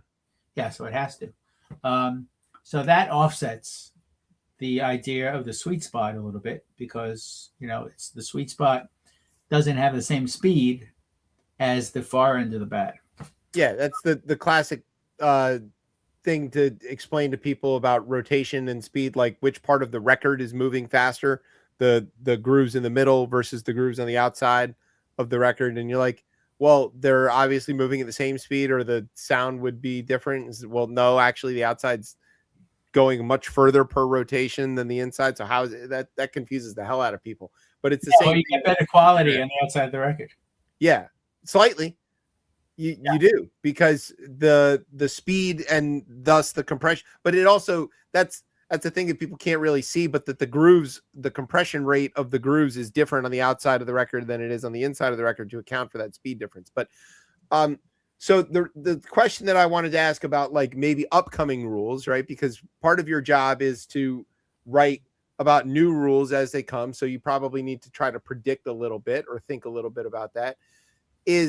There's this new sort of pitching strategy that has appeared in some places. And there's kind of two parts to this thing. One is the outright bullpen game. That's not new necessarily. The bullpen game has existed for a long time, right? Where you don't have necessarily a starter, but you run the game by having a series of relievers come in for 2 to 3 innings at a time or something like that, and do that. But now there's this thing with the opener, the idea that the same way you've got a closer whose job it is to throw gas for 1 inning and get 3 outs, and that's all he's got to do. Now they've taken that same idea and put it to the front of the game where you want to just get the first 3 guys out and get out of that first inning, and then your starter comes in, which obviously then he isn't actually the starter. But it seems like there's an obvious solution to that, which is, well, move the order down, right? If you think you're about to face somebody who's going to put in an opener, then just move your 1, 2, and 3 into the 4, 5, and 6 position and put your cleanup guy in the 7 spot. Is there going to need to be a rule that explains, like, a starting pitcher has to go 2 innings or something like that? I don't know if we want rules about strategy. Yeah. Well, they've already got the rule about the pitchers having to face 3 batters. That's kind of what got me thinking about this. Yeah. I don't know. That would I feel that's wrong. Will it happen? I don't know. But I just feel there's a little bit too much manipulation going on. At some point, there's just a little too much manipulation going on. I think that, like, the problem with the opener is that it's just creating like another arms race where there's an obvious solution, right? That the managers will just move the order, and then then what'll they respond with? Okay, well, then we'll have a guy throw 1 inning, then inning 2, and then inning 3, or like, then you are playing a legit bullpen game every game. What are we doing here? What does this get? Is the opener a bad move? What's the deal? So what you're saying is it'll offset. If that was the case, it would offset. Yeah. The batting order would offset that. Yeah, well, I mean, if that's the case, then it's sort of a wash. So why make it why do it? But they are doing it. Yeah. So, but you wouldn't have to. I guess you still don't need a rule, though, right? Even if you take your suggestion of moving folks down in the lineup, like you don't need a rule added to any of this at all. Like, because again, you maybe don't. I'm just thinking about in this. Okay, so because you think they want folks to stop the opener? Is that a way to stop that as a strategy? Because the way it just okay. Like if you think about a closer, right? Think about the closer. He's got incredible power. He can throw 99, but he can do it for like a total of 20 pitches, and then he's just completely cooked. So it doesn't make sense to carry more than one of those guys in your lineup. You might have a setup guy who you can occasionally use. These bullpens are throwing these new bullpens are. Some of these folks are throwing gas. I know they are. That's what. But what I'm saying is that, not as a closer, I would say, you've only got so many pitchers you can carry on a roster. Okay, so if it's worth it to have a guy who's only good for one inning if he's your closer. That might be worth it. But are you going to use up lineup spots for guys who are openers who can also throw only one inning? They really don't have the arm strength to do it for a second inning or not. And if you are going to do that and know that you can be easily defeated by a shift in the lineup, then are you even less likely to do it? I'm maybe it's not a rules question, but it is a question of like, what are we doing with this opener? What is the purpose of this? And will it survive? Are we still going to see it? Depending on your starting rotation, that's when you have to use one of these. I kind of get where Chip is kind of going with it because of the fact that you have a lot of pitchers nowadays are on these pitch count time limits. Right. They're all pitch limited. So you pretty much, I've seen this a lot in college baseball. Most of the starters, they're not going like, preparing to be a 5-6 inning guy. It's usually like maybe 3 or 4 innings. Right. And he's out. So, and if you're thinking of it in that aspect, I feel like, it kind of, I've never been a fan of the pitch count anyway, because to me, it's a mental thing for a pitcher. Because, I felt like, I've seen guys who look like they have no gas left and still going. And, again, I'm old school back in the day. Well, we had it in the World Baseball Classic but where now, it was but I kind of agree. I kind of understand now where the managers have to really adjust, because a lot of the pitchers, with not just the pitch count limit, but also the fact of these crazy arm injuries that are just happening out of nowhere, and everyone's getting Tommy John like left and right. They're just throwing so much harder. But we saw pitch counts like as a rule in World Baseball Classic, right? Where you couldn't throw a complete game even if you were in, Well, that because everyone had to agreement, because most of these guys are still in spring training mode. And I understand that, but we saw, so the other day, like last week, we saw, they're not Oakland anymore, but I don't know the new word to call them. So there was a pitcher on Oakland who soon to be Vegas was going, he was not yet deep in a no-hitter. Yeah, he was deep in a no-hitter, and he got all the way to the ninth, and then he blew it, and he ended up losing the game. But like, that drama of, I've seen a no-no. If you've never seen one in real life, it's an incredible experience. Right. I feel like the chances of a single pitcher no-hitter, there have been now these like combined team no-hitters, several of them, but that's weird to me. I don't like, if a guy's got a no-no going, don't take him out. What are you doing? It's like against everything baseball. You don't talk to him, you don't mention it, you don't do all this. This is all these things in the dugout. You don't look at him, you don't shake his hand, blah, blah, blah. Then you're gonna like, oh yeah, but you're at 79 pitches, one more and you're done. What are we talking about here? Can't do that. It's not baseball. Again, you can't risk it. Yeah, you can't risk the injury at a certain. I mean, Yeah, at a certain point, I'm with you on that, but you can't. Like, the manager's there to protect them. I agree. I agree. Not right. So, in terms of rule changes and starting pitchers, from Major League Baseball's point of view, they will consider what is going to put more action on the field and get more people into the stands or get more viewers or baseball fans. 3 quick strikeouts does not do that, right? Yeah. Yeah. So they're going to do something to discourage it. Yeah, they want. Openers are not automatic though either. Like, chicks love the long ball. Well, a lot of the new rules are in place to put the pitcher at a disadvantage because the pitcher is getting too good. Right. So the reason the action on the field is not high is because the pitchers are getting better than the batters. Now you've hit this problem. You want to speed the game up, let the pitchers be great.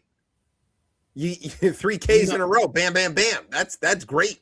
There was no action though between that and the shift. That people were standing. There's no action. There's action between the mound and the plate. That's where the action is. It can't. That can't continue. Not for the growth of the game. You can't have that. You just can't. Like, it's not. Speaking of pitching though, like, Dan, I gotta get your thoughts on this Mizorowski guy. That's insane. I saw that when they came here to DC, and I haven't seen anybody throw the ball like that. And only somewhere like over 50 pitches at like over 100 miles per hour, or he's hitting 103 at times. I've never seen. How is he doing that? Yeah. So my doctorate's in biomechanics. Right. Okay. And your shoulder is a ball and socket joint, but it's not much of a ball and socket. It's not even really a socket. So what's holding your shoulder in place is soft tissue, the rotating cuff. Yeah. There are instances when, like, a parent and a little kid are walking down the street. The kid doesn't want to come along. The kid just refuses to come. Parent yanks the kid's hand and dislocates the shoulder. It's horrible, right? But there's nothing holding that shoulder in. Crazy as a parent. And the forces within your body, just with normal activity, just like walking down the street or walking up steps, the forces within your body are really surprising. If you look at it mechanically, biomechanically, the amount of pounds of force, it's really newtons of force within your body, is much higher than you would even guess. It's tremendous. People don't really think about that at all. But even like opening a soda or something like that it's a lot of torque.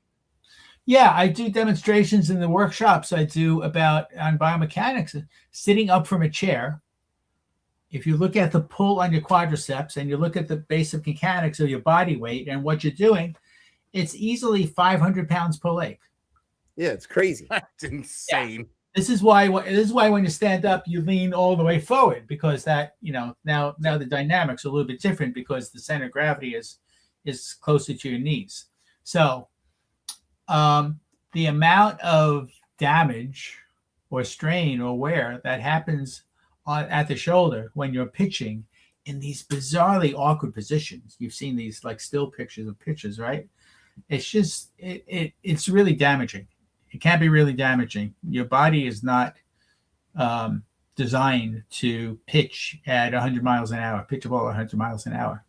And the throwing motion is wrong. Like, throwing this is crazy, right? You're supposed to throw underhand, right? Normally, right? Isn't that is the way, like, a safe way to throw, right? Like, I'm just saying, like, for humans, if I'm normally throwing something to somebody to save my arm, I shouldn't be doing this. This is unnatural, right? That's the way I pitched my son, underhand. Okay. But you've also seen softball games where that underhand action is at the light. You say, "Whoa, how is that nuts?" Like, I've been watching all the super regionals and stuff, and like I almost am getting to where I love watching like Cobb softball because the speed of it's so fast the cameras can't even catch up with it. Like, it's stupid fast. And I remember I watched a video or read this thing about like, is there a limit to how far humans can shot put a shot put? Like, what's the limit here?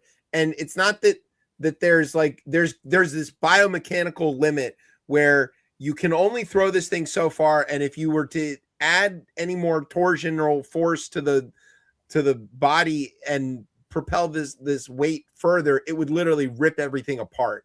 And that we are at the limit where the tendons cannot sustain this kind of thing. Is that the same thing we're seeing with the pitchers? Yeah.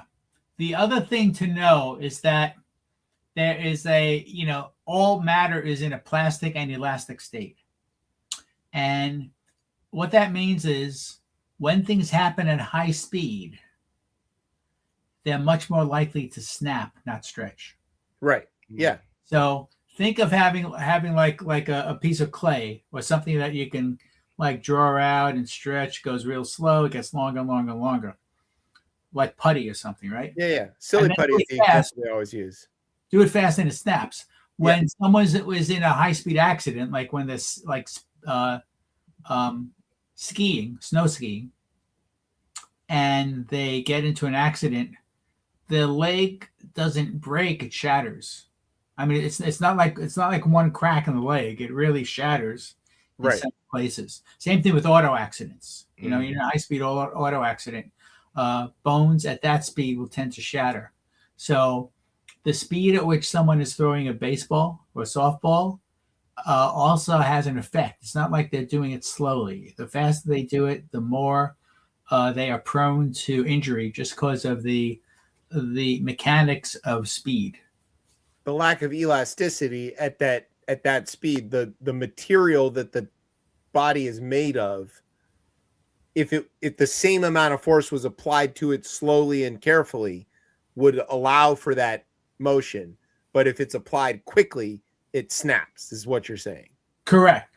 And that's true of virtually all materials. Yeah, right. Like your body parts included. Well, and water is the thing, right? That's easy to explain this with. The difference between if you push into the water, it's easy, it gets out of your way, versus if you slap the surface of the water, it doesn't get out of your way. So, and that's, the water hasn't changed, but the speed at which you're applying the force amount is the same too, but the speed at which you're applying it is shifted. Yes. Yeah, that's a good way to visualize it. Yeah.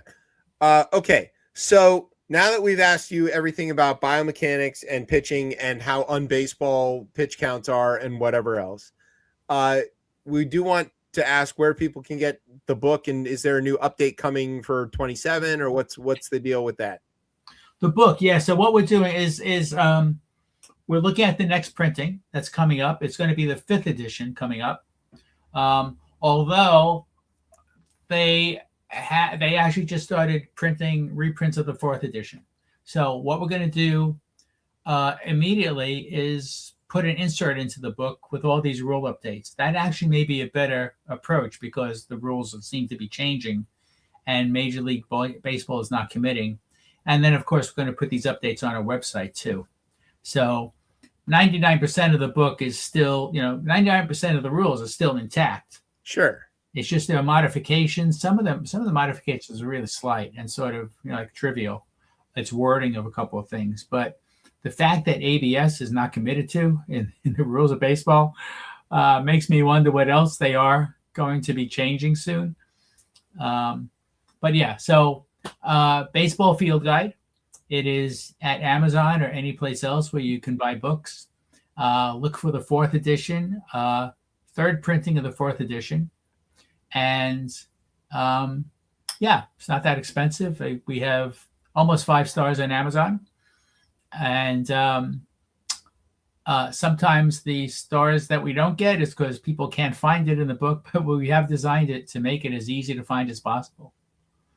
Make the rules as easy to find as possible and, in plain English. If you ever tried to read the official rules of baseball, it's like reading a legal document. Yeah, it's like reading a lease.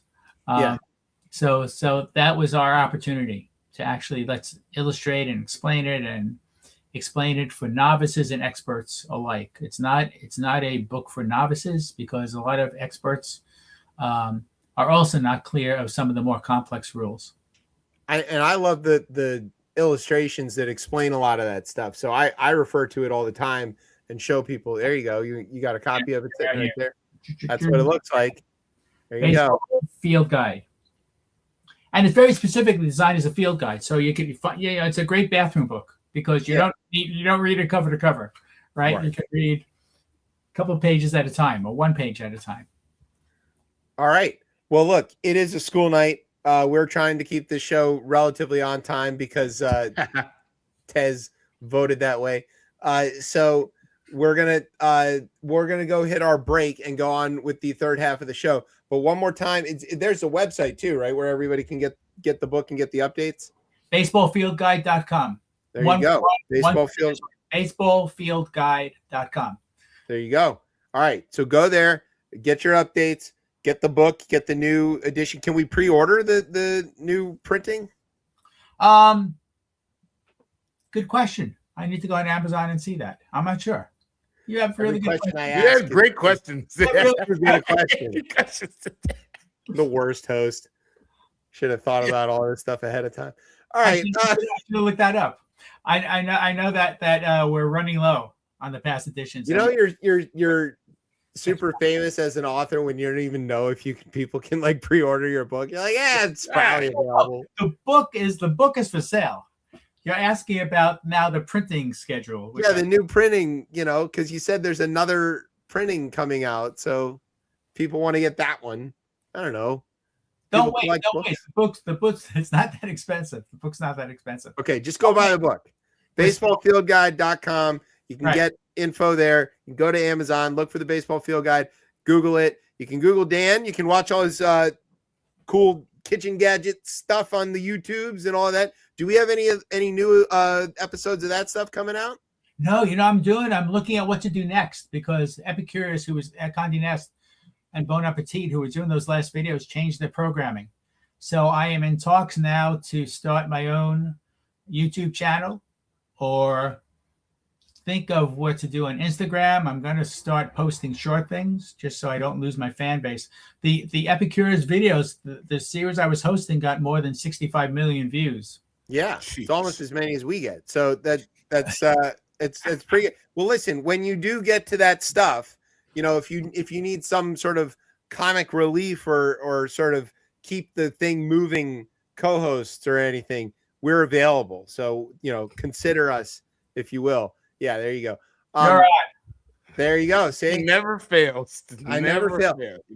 Speaking of which, stay tuned for updates on our quest to go to MicroCon at ChipChatistan because that GoFundMe is coming out soon. I'm almost there. So just be looking for it. All right, here's what we're going to do. We're going to take a break while I do finish the rest of the GoFundMe stuff. And when we come back, we'll do the third half of the show. Thank you, Dan, for hanging out with us. Yes, we really appreciate it. Always a pleasure. Thanks a lot, guys. It goes fast as usual. So thanks for having me. We appreciate it. All right, go to baseballfieldguide.com. Check it out. And you've been listening to Chip Chat on Beltway Radio and beyond. Sweeps. Talk soon. I don't like them putting chemicals in the water that turn the friggin' frogs gay. Do you understand that? Turn the friggin' frogs gay. Serious crap gay. Frogs, friggin' frogs. It's not funny. I'm gonna say it real slow for you. Gay. Frogs.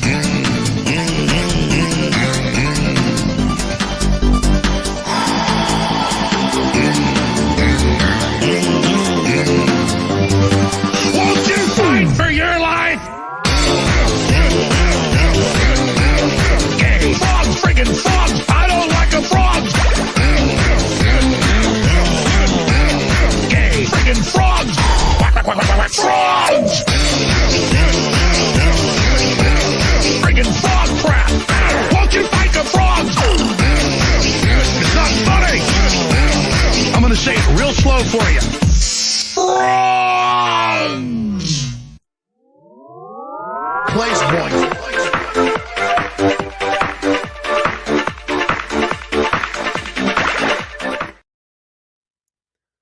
All right, welcome back to Chip Chat here on Beltway Radio and beyond. I'm your host, Chip. With me is Tez. What's popping, y'all? Yeah, and whenever we play that godforsaken man, Alex Jones. We always ask you to go to the sandyhookpromise.org and please smash that donate button because, again, that is the same man who believes that murdering little kids was a false flag operation and decided to defame them for years on end. And that's why the Onion owns InfoWars now. That's right. Yeah, well, it was all the gay frogs, really, that did the clearly, yeah. Shooting. Yeah. All right, so now we've come to the part of the show that's called the Rundown. This is where I tell you about some stuff that's going on in the news. If we were real newsmen, it would sound a little something like this.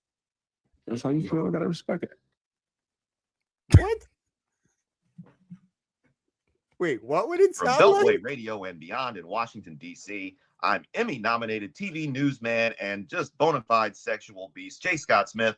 And this is the part of the show where I tell some stuff about well, maybe not me, but somebody else is going to tell some stuff about what's happening in the news. So what's going on in the news, fellas? Thanks, Jay. Check them out. Channel 4 in Detroit. All right, so the first thing that we need to talk about, this is the war edition of the Rundown. So the Iran war is back on now, maybe back off. This is moving by the minute.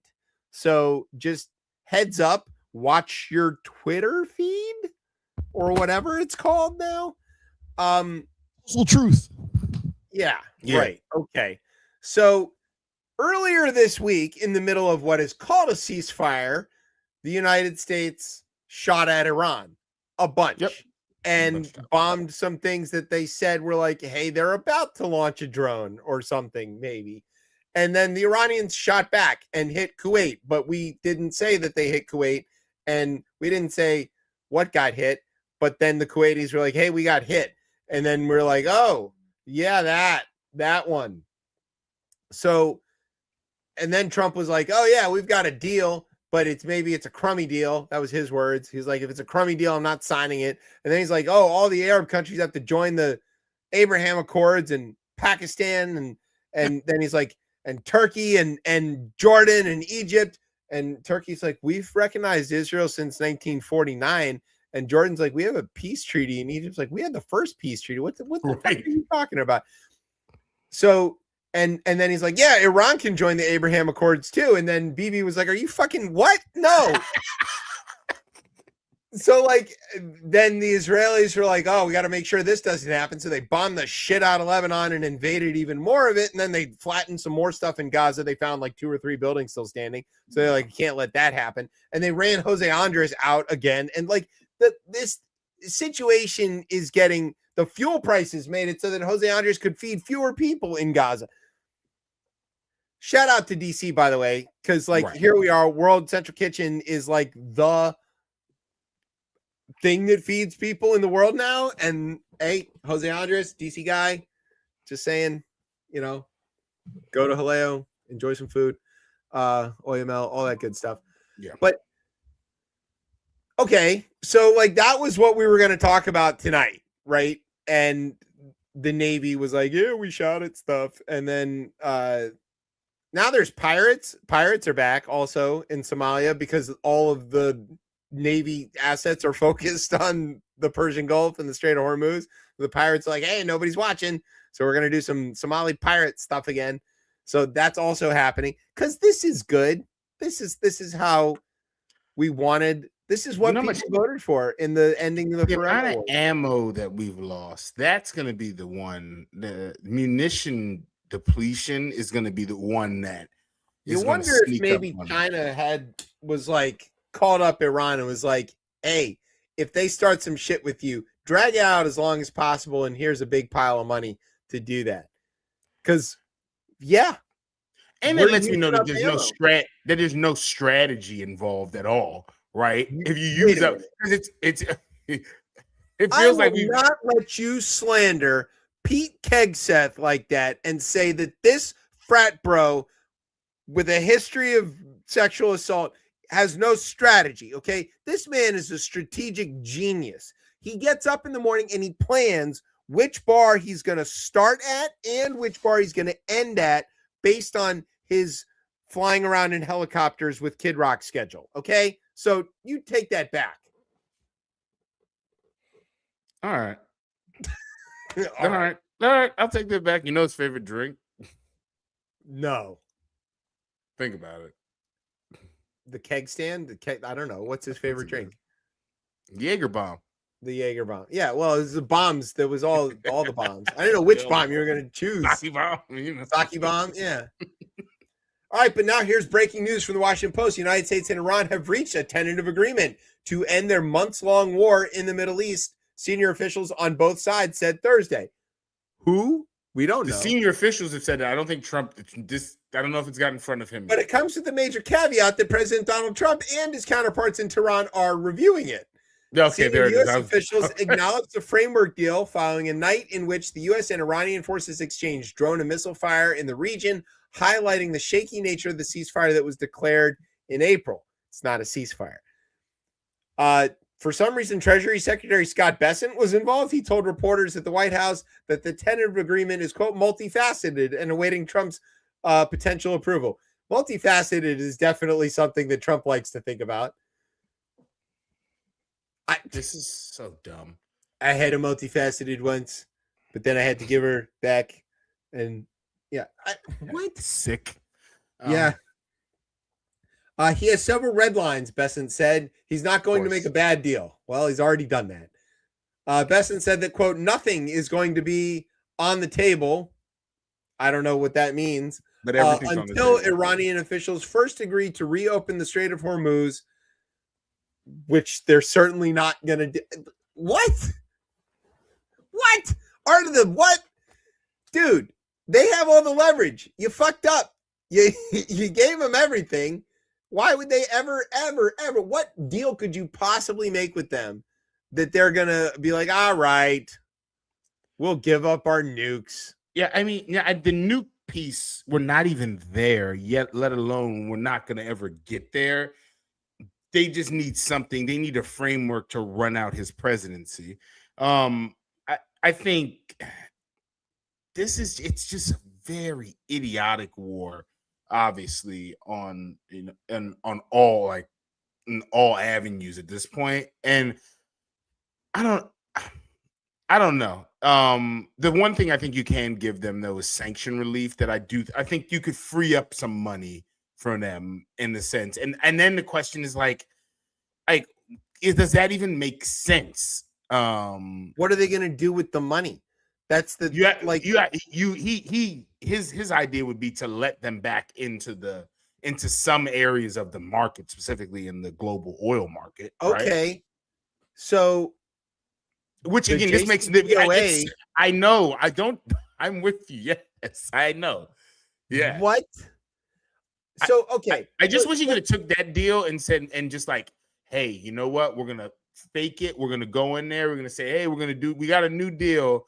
Call it the Trump deal, and we just kept everything the same. Could the rest of the world not have seen that shit coming? When the second he looked at the JCPOA, he was like, I'm gonna kill that thing. And then the world should have been like, whoa, come here, buddy. Let's put your name on this. Let's give you some credit. Can you just not be a fucking megalomaniacal maniac for 5 minutes? He tears up the deal. He puts us in this situation. Biden can't revive it for the time that he's in charge because now the whole world doesn't trust America to honor its treaties, and instantly creates this problem. Now, the administration prior, in between the Trump administrations, is smart enough not to pull the lid off of the can of worms, but Trump is not that smart, and he does it. He does it in spectacular fashion. He bombs them with the Israelis and attacks their nuclear stuff, and then he starts this war. He gets dog walked into this war. Yeah, there's no. And now he's stuck. He can't extricate himself. He has no plan. He doesn't even know where most of this stuff is. He had some dumb shit about the Strait of Hormuz will be open, nobody owns it, and Oman better watch themselves. I'm like, Oman, what? Dude, Oman was trying to help you at the beginning of this shit. And then you told them to get fucked, and they got bombed. We are not going to have any allies left. You're forcing the Gulf Arabs to join some Abraham Accords, or you're not going to make a deal with Iran, which doesn't make any sense. They're not going to have anything to do with that. That doesn't have anything to do with them. They're going to be like, you know what? This is too much trouble. These bases that you've got on our soil, they're not making us safer. They're making us get shot at by the Iranians. As a matter of fact, fuck this whole noise. Get your shit, get it out of our country. We don't want any of this stuff. Now you lost your basing rights. You already can't overfly half of Europe. You can't get refueled by the British. You strategically damage the United States in a way that we'll never be able to recover from. And the Chinese are like, oh, okay, cool. Kuwait, that base that you kicked the Americans off of, could we borrow that for a little while? I can't argue that everything you said is completely plausible at this point. I think the only argument is that there ends up being another administration, and it's a long runway. That's the problem. Like, how much more can be destroyed over the next 2.5 years? But yeah, I mean, I know you don't think there's going to be a midterm, but I think what you hope for is there's a midterm, and you hope that there is a Congress that, again, just tries to check it enough to put some brakes on some of this. Like, and again, they'll flout investigations and they won't turn over stuff, but like, it can't be what it is currently. And the only way you have that is, like, again, you need to flip that damn house. Because that's going to be the only check. Look, we had an election. Biden won. He had both houses of Congress. Everything was like, the world looked at it and went, okay, America, we realize that you made a mistake. We realize that you realized you made a mistake. You have corrected for that. And Biden's big thing was, America is back. We're back to who we actually are. We're going to behave ourselves. We're going to do the job on the world stage that people have depended on us to stabilize the global trade system, to stabilize the global security, and do all of those things that have been the situation on the ground in the post-war years. Okay, that's our role. That's our job. And then we, bam, went right back and elected Trump. And so now the rest of the world looks at the Americans and goes, these guys are not consistent. They're not steady. This was never a problem. Nobody looked at like a shift from Bush 1 to Clinton and went, oh God, now the Americans aren't going to do their job to maintain security in the world, or NATO's at risk or anything. They went, okay, we got a different guy we got to call, but like, NATO's still real and they're still going to defend Taiwan or whatever. That is not the case anymore. And I don't care. It could be like 3 or 4 successive consistent administrations that maintain the standard American, hegemony over the world security system in a row. And the rest of the world's still going to be like, yeah, you got 3 of them in a row, but you idiots went back and forth on Trump twice, and we can fucking see you doing that shit again. And we don't trust you. And you get this like 30% of your voters that are always going to choose that shit. I think that 30% is dwindling, right? I do think that's dwindling based on what these actions that are happening from this administration. That might happen. They're still there, and this happens every time, right? You get towards the middle or the end of an administration, especially a lame duck one, and people start to sour on it. They don't have any hope anymore, and like everything flips and stuff. It was 4 years, and they're going to be like, you know what? Actually, it was pretty good under Trump. Don't forget. No, I know they won't forget this one. They won't forget this one. And got Afghanistan pull out. I mean, yeah, but no one is gonna forget $5 gas. Like, no one's gonna forget that. Okay, because they've never forgave a president who's ever allowed it to get out of hand like this. They never really forgiven. Nobody forgave Jimmy Carter, even though it wasn't his fault. Right? It wasn't his fault, right? So no one forgives presidents for that. I think what you'll end up seeing though, and maybe this works out in a weird way, right? Post-war era, we've been the world's police, right? And I think it does need to get to a stabilization, but there is some type of populism that's happening in this country, right? And I think there is a desire for there to be more focus domestically in what Americans need, right? I think there's a winning voting strategy around that. And you got to be careful with the populism, right? Because Trump rode in on the populism and then he doesn't even do it, right?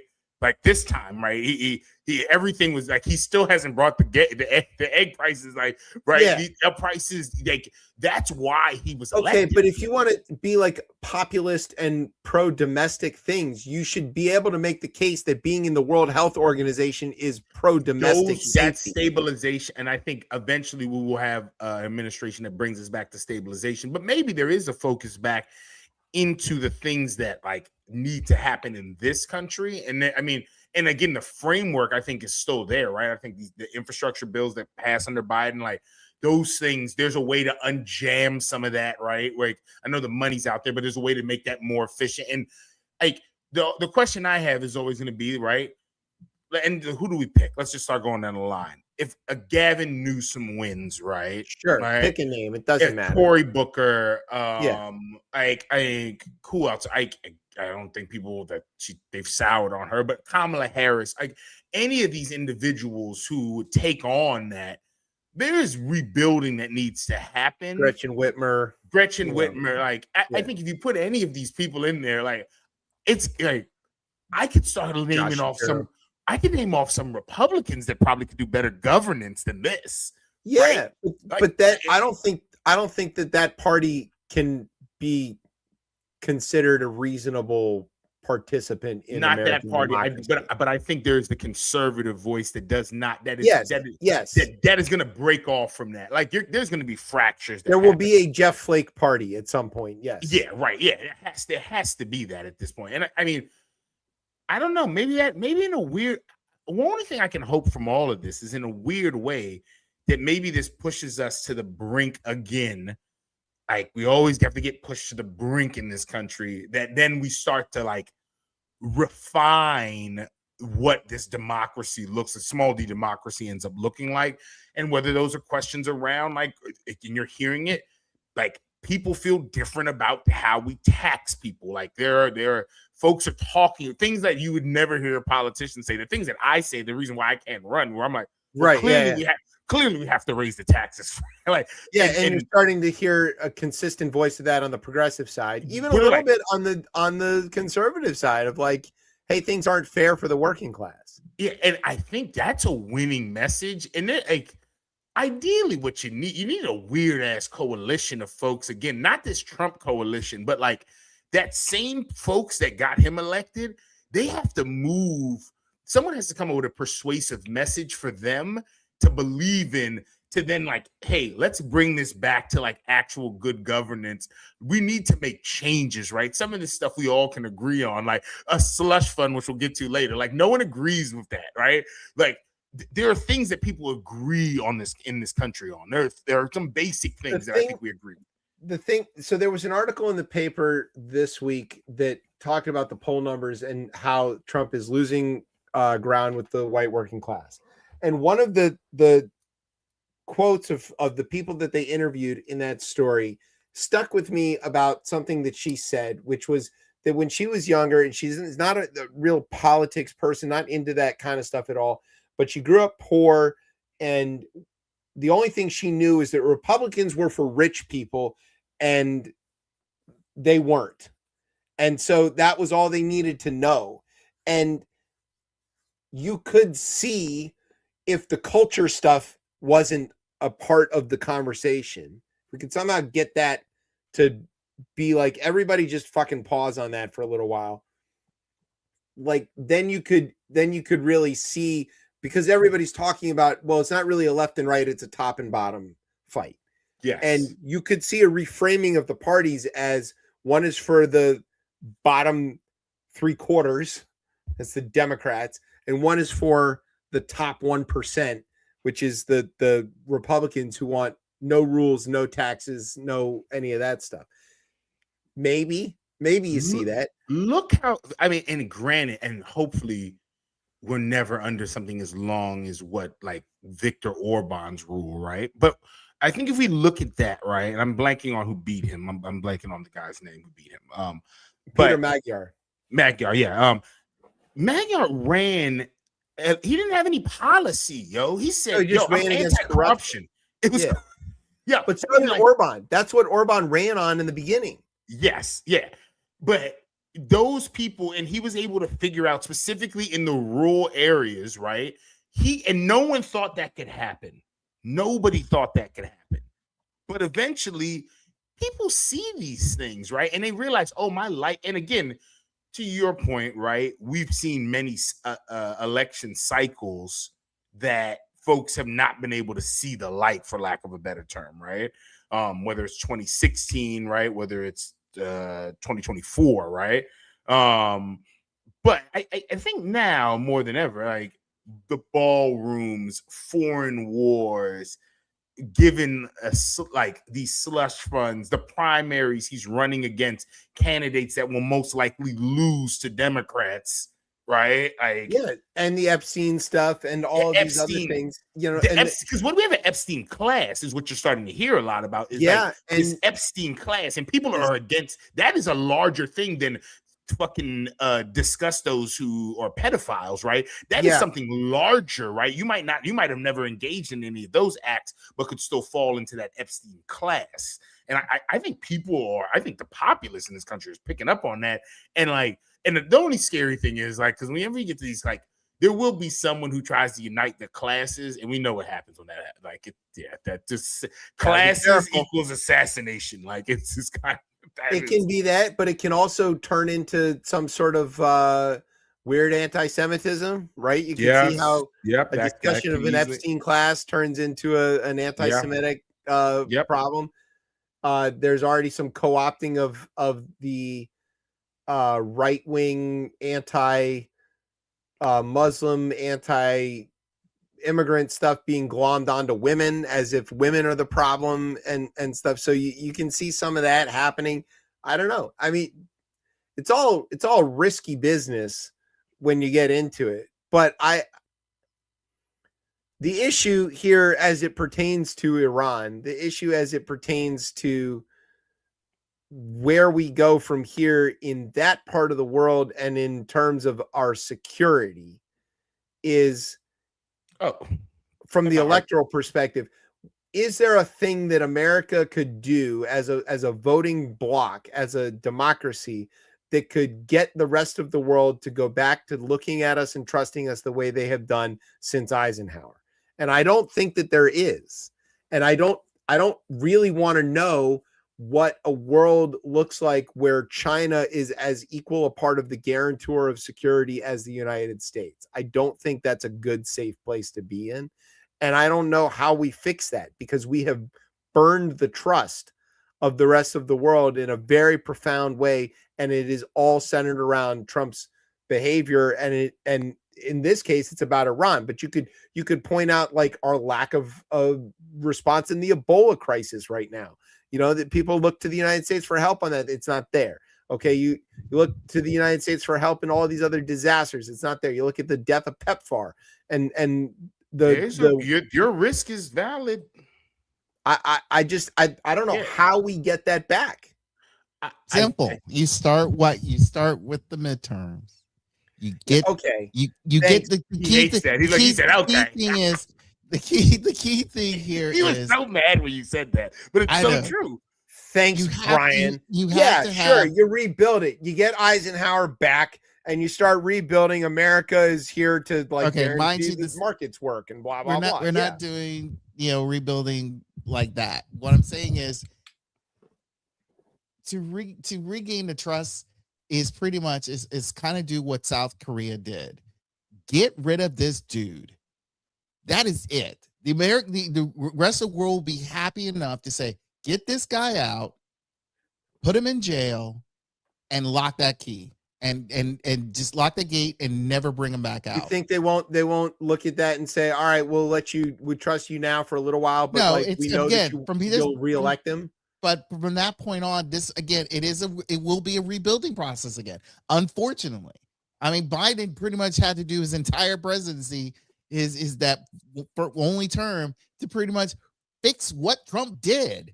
Yeah, and that's what you got to do again. It's we've been doing that for 100 years. And you're not, well, yeah. And I think of things, right? Even like as I think of like the Voting Rights Act, right? And everybody's thinking about like, what can we do? What can we do?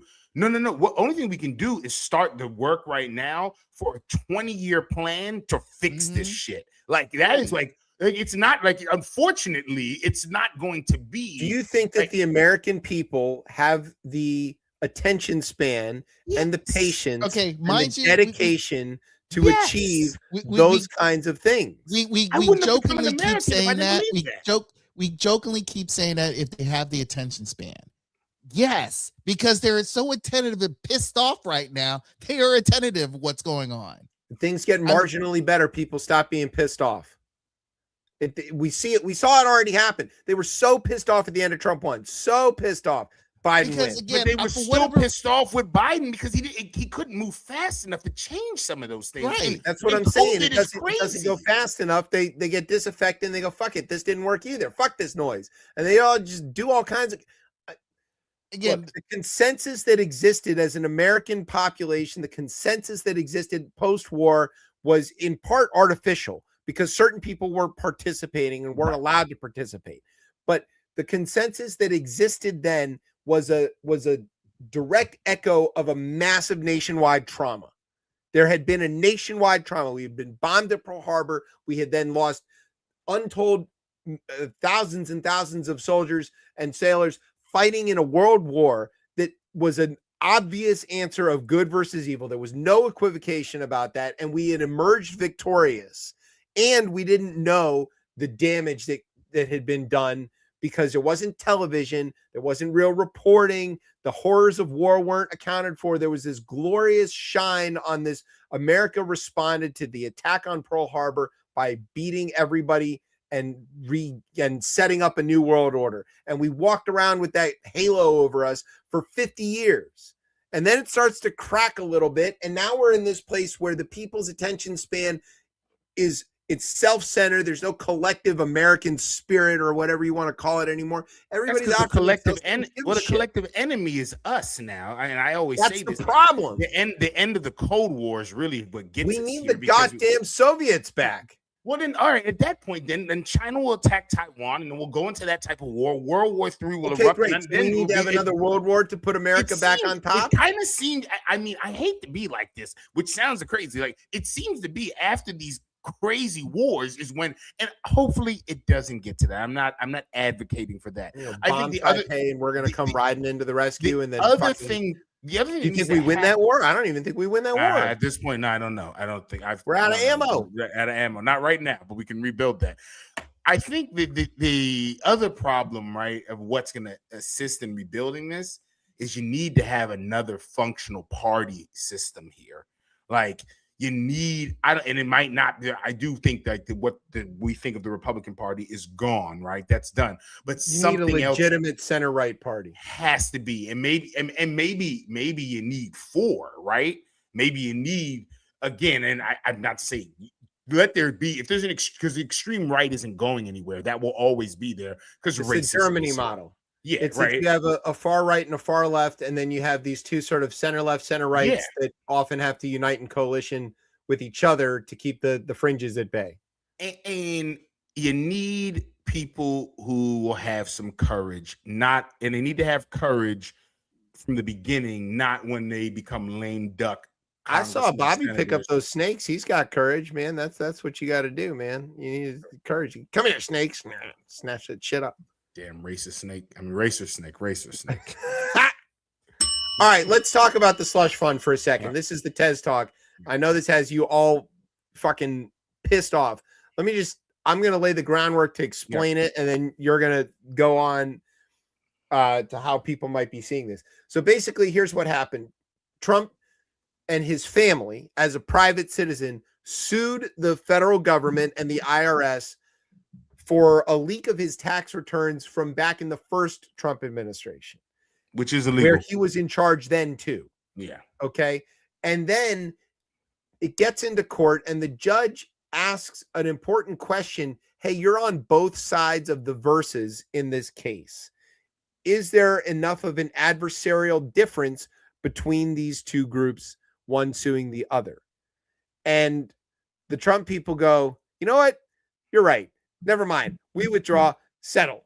And so then the IRS, which Trump runs, settles with Trump himself as a citizen and uses this thing that there's this pile of money that is set aside, appropriated to be used by the federal government to basically pay for when they have made an error or harmed somebody and lose a lawsuit, right? Sometimes the government loses a lawsuit, they got to pay. Well, if you had to wait for Congress to appropriate the money every time you did that, it could get stuck. Yeah, it'd be crazy. It'd be crazy. And so to get around that, Congress appropriated like this ability of the judicial branch or the federal government when it loses a lawsuit or enters into a settlement to just basically hand out this money without Congress having to appropriate it individually. There's a pot from which they can draw from. So Trump's IRS settles with Trump personally and says, we will make this right by paying this money out of the appropriated pot for you to use as you see fit. But not for him personally, for a committee that he sets up to do whatever it feels is necessary to fight what they called, quote, weaponization of the judicial system. And those people are accountable to Trump and Trump only. And there's no court oversight because they withdrew the case. The court doesn't have to oversee the settlement. Congress doesn't have a role in this because the money has already been allocated. And so that they don't have to appropriate any new money. And it just, that's what happened. Okay. So what is, and it's stupidly $1.776 billion because he wants to get that number in there. Okay. So it's $1.8 billion, $2 billion. How is this playing in Peoria?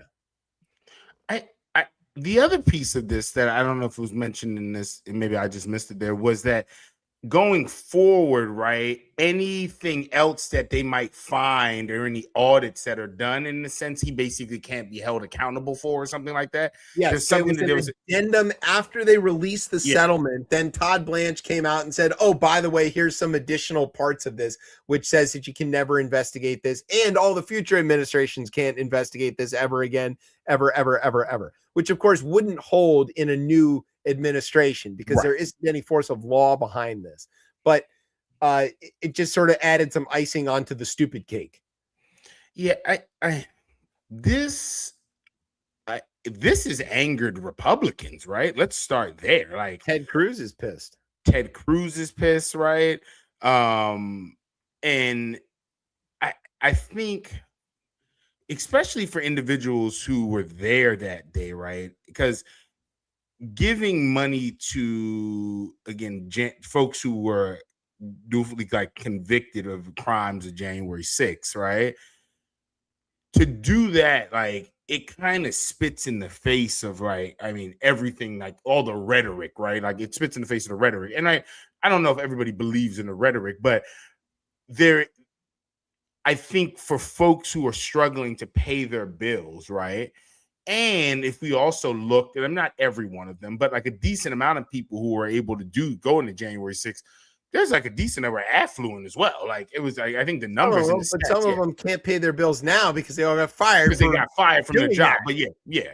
So, but I mean, that's not my problem, and that's definitely not like our problem, right? Because we're paying this, right, as federal taxpayers, right? These are the things that why you're talking about the January 6th people. Oh, well, because specifically, this fund, they are able to apply for this, right? Well, right? Well, we don't know because it hasn't actually been set up. But Trump has talked about using it to pay reparations. That's the word they're using, to the people who he says were wrongfully convicted for peacefully protesting on January 6th. And that is the question that keeps getting put to the senators and the congressmen. Do you think it's right for people who assaulted cops at the Capitol on January 6th to receive money and compensation for that? And they are having a hard time. They're twisting themselves in knots because they don't want to cross Trump, but they're not keen on this. Yeah, Mike Flood. Well. Yeah, I mean Mike Flood, right? In the article that we cite for this here, like he has the quote that the fund should just not be used for rioters, right? Like it starts with right, like and it's plain and simple, right? And a quote from here: I've never approved that. I do not think that one penny of any fund should ever go to any January 6th insurrectionist that was in the Capitol. And quote, Flood said Tuesday to applause from the audience, right? So like the audience is like, yeah, that makes sense, right? To quote him, I want to be very clear. I do not think we should be creating a fund for people that commit physical violence against law enforcement, right? Like, why is that even what's being said in the town hall? I'm pretty sure there's a lot of... Why do you have to defend that? It's because that's what Trump is saying he's going to do with the money. That's exactly why. And I mean, I would believe that. And what would stop him? He has full control, even with that little commission or whatever they're setting up for that. Yeah, who could stop him from directing that money to wherever the hell he wants to? This is exactly what we've talked about, is that he's pardoned these guys. They've already willfully committed violence on his behalf, and they're loyal to him and him alone. Now he's got a salary for them. He can pay them. He's got a pardoned, paid, violent militia at his disposal to be used whenever and wherever he wants to in this country. And that's how Mussolini got in charge. That's how Hitler got in charge. That's how Pinochet got in charge. These things are all like the same fucking move, man. Same fucking move. That's fine. I just think I think the public in a lot of those specific situations were more behind those leaders and more behind their ideology of whatever, like at that point, right? Like, are there a group of people in this country who feel like there are too many immigrants, right? And that being ideology? Yes. I don't think there's a huge group of them that says we should go round them up inside of cages, right? I don't think there is a huge population of folks who believe that.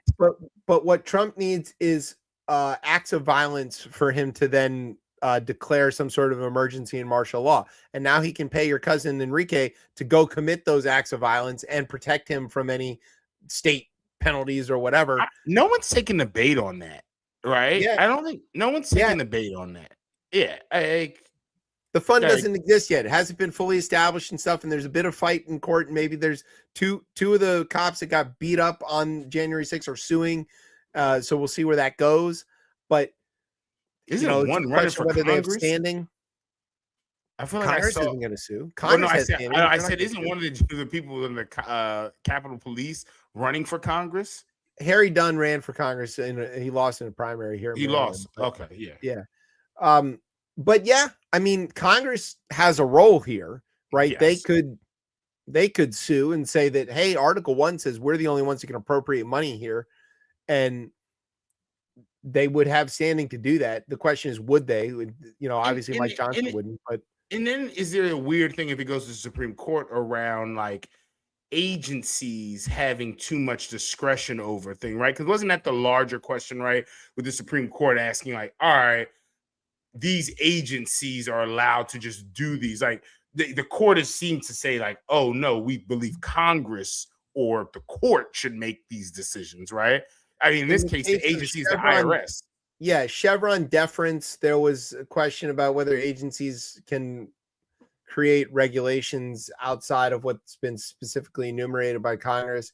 And then there was also the question of whether agencies have like the judicial authority to impose penalties without express authorization. And yeah, I mean, you are somehow hitting on this problem that the right wing of America is at odds with the right wing of America. It is always that thing where it's, oh, this is okay this way, but it's not okay that way.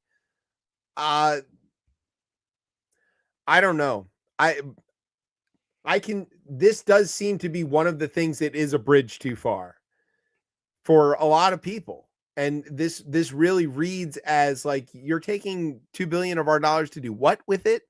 And line them up, right? What I seen earlier today before we got on, what like who was the company that he just invented? Dell, right? I think Dell so he insider traded with Dell, right? He knew that the Defense Department was about to give Dell the giant contract, and so he bought a bunch of Dell stock. He's been doing this. He traded 3,700 stocks in the course of 3 months. It's been an absolute, and it's open corruption. They're not even hiding it. So that is also something that seems like a bit of a bridge too far for some people. It's adding up, but it's why does it have to be this many things? That's the question. I mean, because at this point, he knows he's a lame duck president. I don't think he gives a damn about who. I actually personally don't think he cares who the next Republican no, I don't nominee think he does is. Either. But what I'm saying is, why for the people are these the things that it's because they had to break the cult, right? But the cult is the fever is beginning to break in a few places. There is something there. I don't know. It's money. That's why. Well, here's another bit of this, right? So we're talking about the YOLO caucus. Now, do you know what the YOLO caucus is? I assume these are the people who are about to get ousted and now they just don't give a damn. That's right. You only lose once. Oh, you only lose once. Okay, there we go. Right. So Massey got primaried. He's got nothing to worry about. He's going to go read those fucking Epstein names. He doesn't give a shit. He already didn't give a shit, but he's there, right? Bill Cassidy in Louisiana doesn't give a shit. He's in the YOLO. Tom Tillis, North Carolina, already announced he was retiring because he knew he would lose in a primary race. And now Cornyn just got beat by Kenny Paxton. So we're looking at, and we're talking about margins here. Margins. There's a 53 to 47 in the Senate. So if Cornyn and Tillis and Cassidy, go the other way, now you're 50-50. Now you got Murkowski and Collins. Now you're 52 against to 48-4 and maybe 49 if Fetterman's going to just become a fucking Trump guy or whatever. What for that? We need to do a whole show on him. Who fucking knows about that guy? Okay. But that's the case. I blame the stroke, man. Yeah. Oh, well, he might have been stupid and crazy before then too. In the House, you're down to these margins too, right? On a given day, Johnson is governing with one or two. He's really functionally one or two. And part of that is, and this is where, remember we said about Tom Keene? Yeah. Tom Keene's in New Jersey. Okay. He's in New Jersey, and rumor is that he's sick or something like that. That's why he hasn't been seen. But his colleagues aren't talking about, oh, he's sick and we need to help him. What they're doing is pretending that this isn't happening, because if Keene dies or is out, then Mikey Sherrill, the Democratic governor of New Jersey, would get to appoint somebody to replace him, and that shifts the margin. And these guys care more about their margin in Congress than they do about their colleague and friend, which says a lot. But we're down to that thing. So Massey going balls out. It could flip some stuff. He's got Boebert kind of coming along with him, right? Because she was campaigning with him on the Epstein stuff. And Trump's like, fuck it, I'm going after her too. MTG is already out. She's gone. But we're talking on the march. We're really talking about a handful of people can flip this stuff. And that YOLO caucus is taking any and all takers. You want to join? Come on in, man. You're going to get burned anyway. You may as well have some fucking fun while you do it. Pay attention to that. Show, we often don't get to say that, but there's something there. Be watching. Down in Alabama. Good. No, I'm just saying, it just makes the end of this year very interesting around anything they're trying to get across the line, because it's over with after this year. And if the election does happen in November and there is a flip, and that flip doesn't get sworn in until January, you can imagine. I'm thinking more like March. Closed. Well, I think it doesn't get sworn into March, because this is going to go to the courts, and there's going to be but it goes after the election. It doesn't immediately happen. So Johnson will have to keep Congress closed until that point, because there will be so many people who have already lost and don't give a shit anymore and want to save some sort of a career or reputation for their future and family, that they are going to start doing stuff. So the lame duck Congress is a problem for Republicans too. Pay attention. There's something here. Okay. There's something here. And the Epstein stuff really is going to matter. If Massey really does go to the floor and start naming names, shit is going to hit the fan. You better be ready for that. Okay? Heads up. Down in Alabama, they tried to redo their voting districts again after the Supreme Court said that black people can't vote anymore. And then so they redrew they went back to the line that got struck down in 2023. The court was like, hey, you guys already said that you did this because you're being racist. And Alabama was like, what? No, we didn't. They're like, yeah, you did. You wrote in this email. You're like, fuck these black guys. We don't want to let them vote anymore. And they were like, oh, yeah, we did write that, didn't we? And they're like, we shouldn't have let Cletus have an email. But so Cletus fucked them over. And the court was like, nah, you still can't do this one. Okay, so it saved one district. But that's probably going to get appealed up to the Supreme Court. Yeah. There's an incredible quote from Governor Kay Ivey where she said that something like only Alabamians know what Alabamians need or something. We know our state better than others, and we can't let the courts tell us what we should be doing. What does that mean? When states' rights? Yeah, states' rights to do what exactly? Governor Ivey. Yeah. What did you want to do, Governor Ivey? Say it. You can say it. It's okay. We already got the tapes. We already have the emails. We know what you're saying. Why are you saying this? Why are you saying this? Just tell us. Also, Tommy Tuberville lives in Florida. And finally, the Nigerian prince scam that we've all been living under. Turns out there is a Nigerian email prince scam of some kind happening in where, Brian? One of my favorite countries, Thailand. Yes. Land of the spicy food and spicy women. And spicy women, apparently. Okay, so what's going on in Thailand here? Are the Nigerians doing the ladyboy emails? What's happening? Yeah, so pretty much based off of the story, they set up this is kind of up in Tez's territory. So they set up an AI server. Let's clarify. Yeah, let's clarify. What do you mean by that, Brian? So pretty much they were trying to do, again, the typical classic Nigerian scam, but they use AI for their benefit. And pretty much, again, it was in connection to prostitution and stuff like that. It got, the Thai police got aware of it, and they made a huge bust and collected like 6 Nigerians.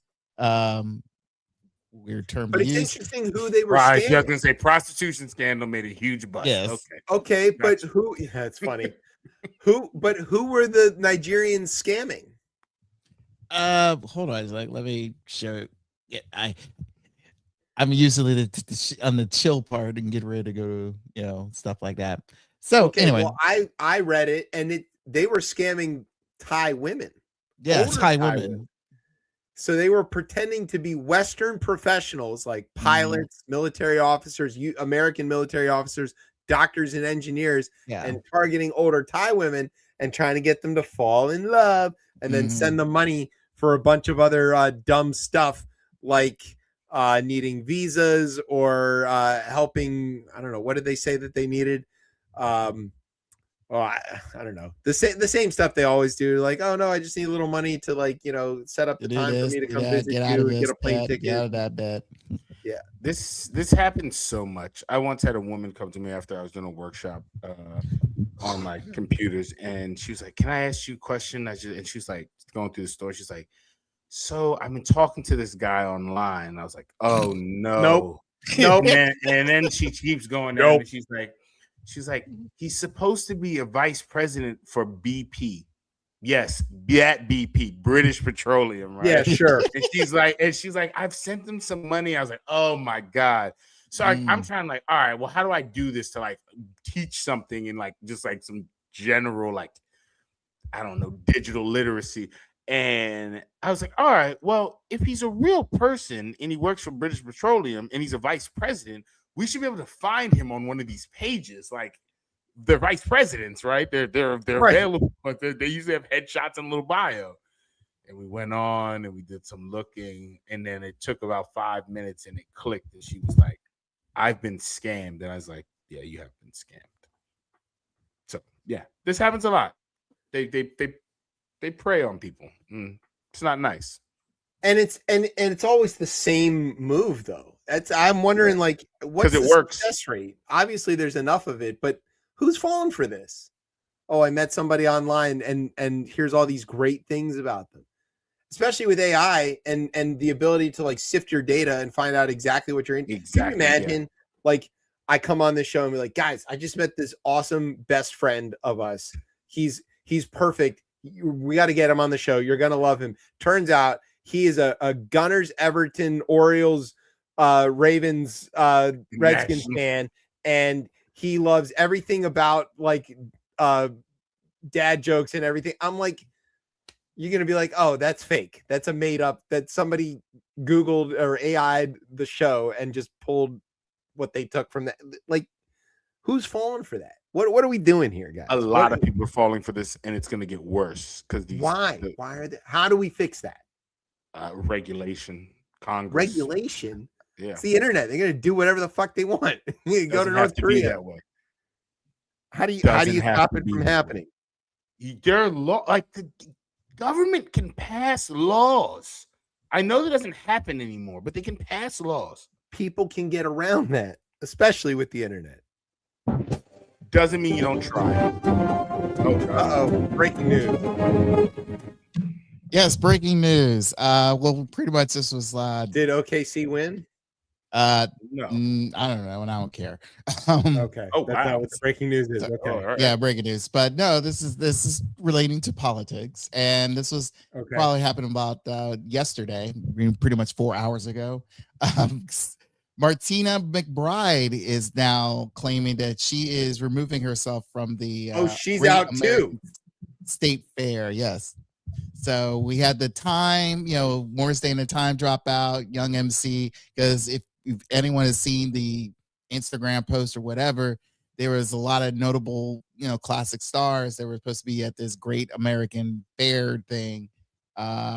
And everyone say, hell no, we ain't involved in this. So I don't think that the Trump people actually secured a lot of this stuff, but like the list was pretty bad. It's Milli Vanilli, Vanilla Ice, Young MC. Oh, you only had Millie. I don't know where the Millie came from. Yeah, there was one that was right. There was the one guy who isn't actually in CNC Music Factory pretending to be CNC Music Factory. Mm-hmm. And then Morris Day and the motherfucking Time were like, nah, man, this is not cool. We did not sign up for this.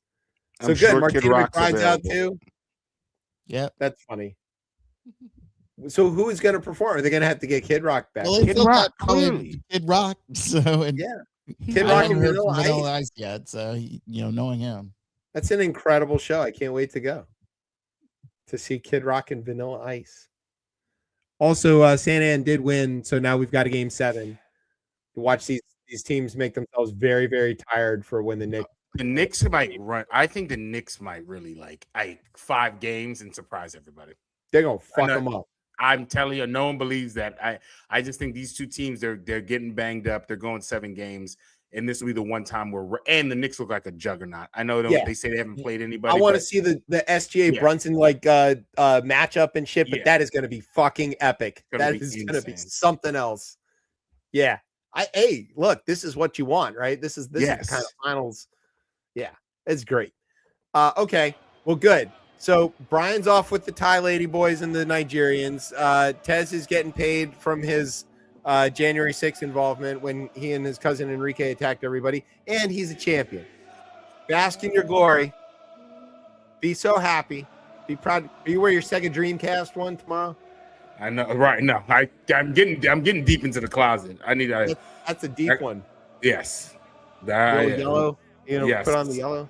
I need a Sega one. Actually, is what I need. I thought you have it. One of the. I have a Dreamcast one. I need the yellow Sega. I need that's the one I need. Yeah, that's a deep one. That was back when they actually did win in 04. Which is crazy because obviously during that time I wasn't deep into Arsenal, but I always remember seeing it as I must have been at that point 10 or 11, and I was like, wow, that's a jersey with Sega on it. That's so fucking cool. And yeah, look at us now. Look at me. Good for you.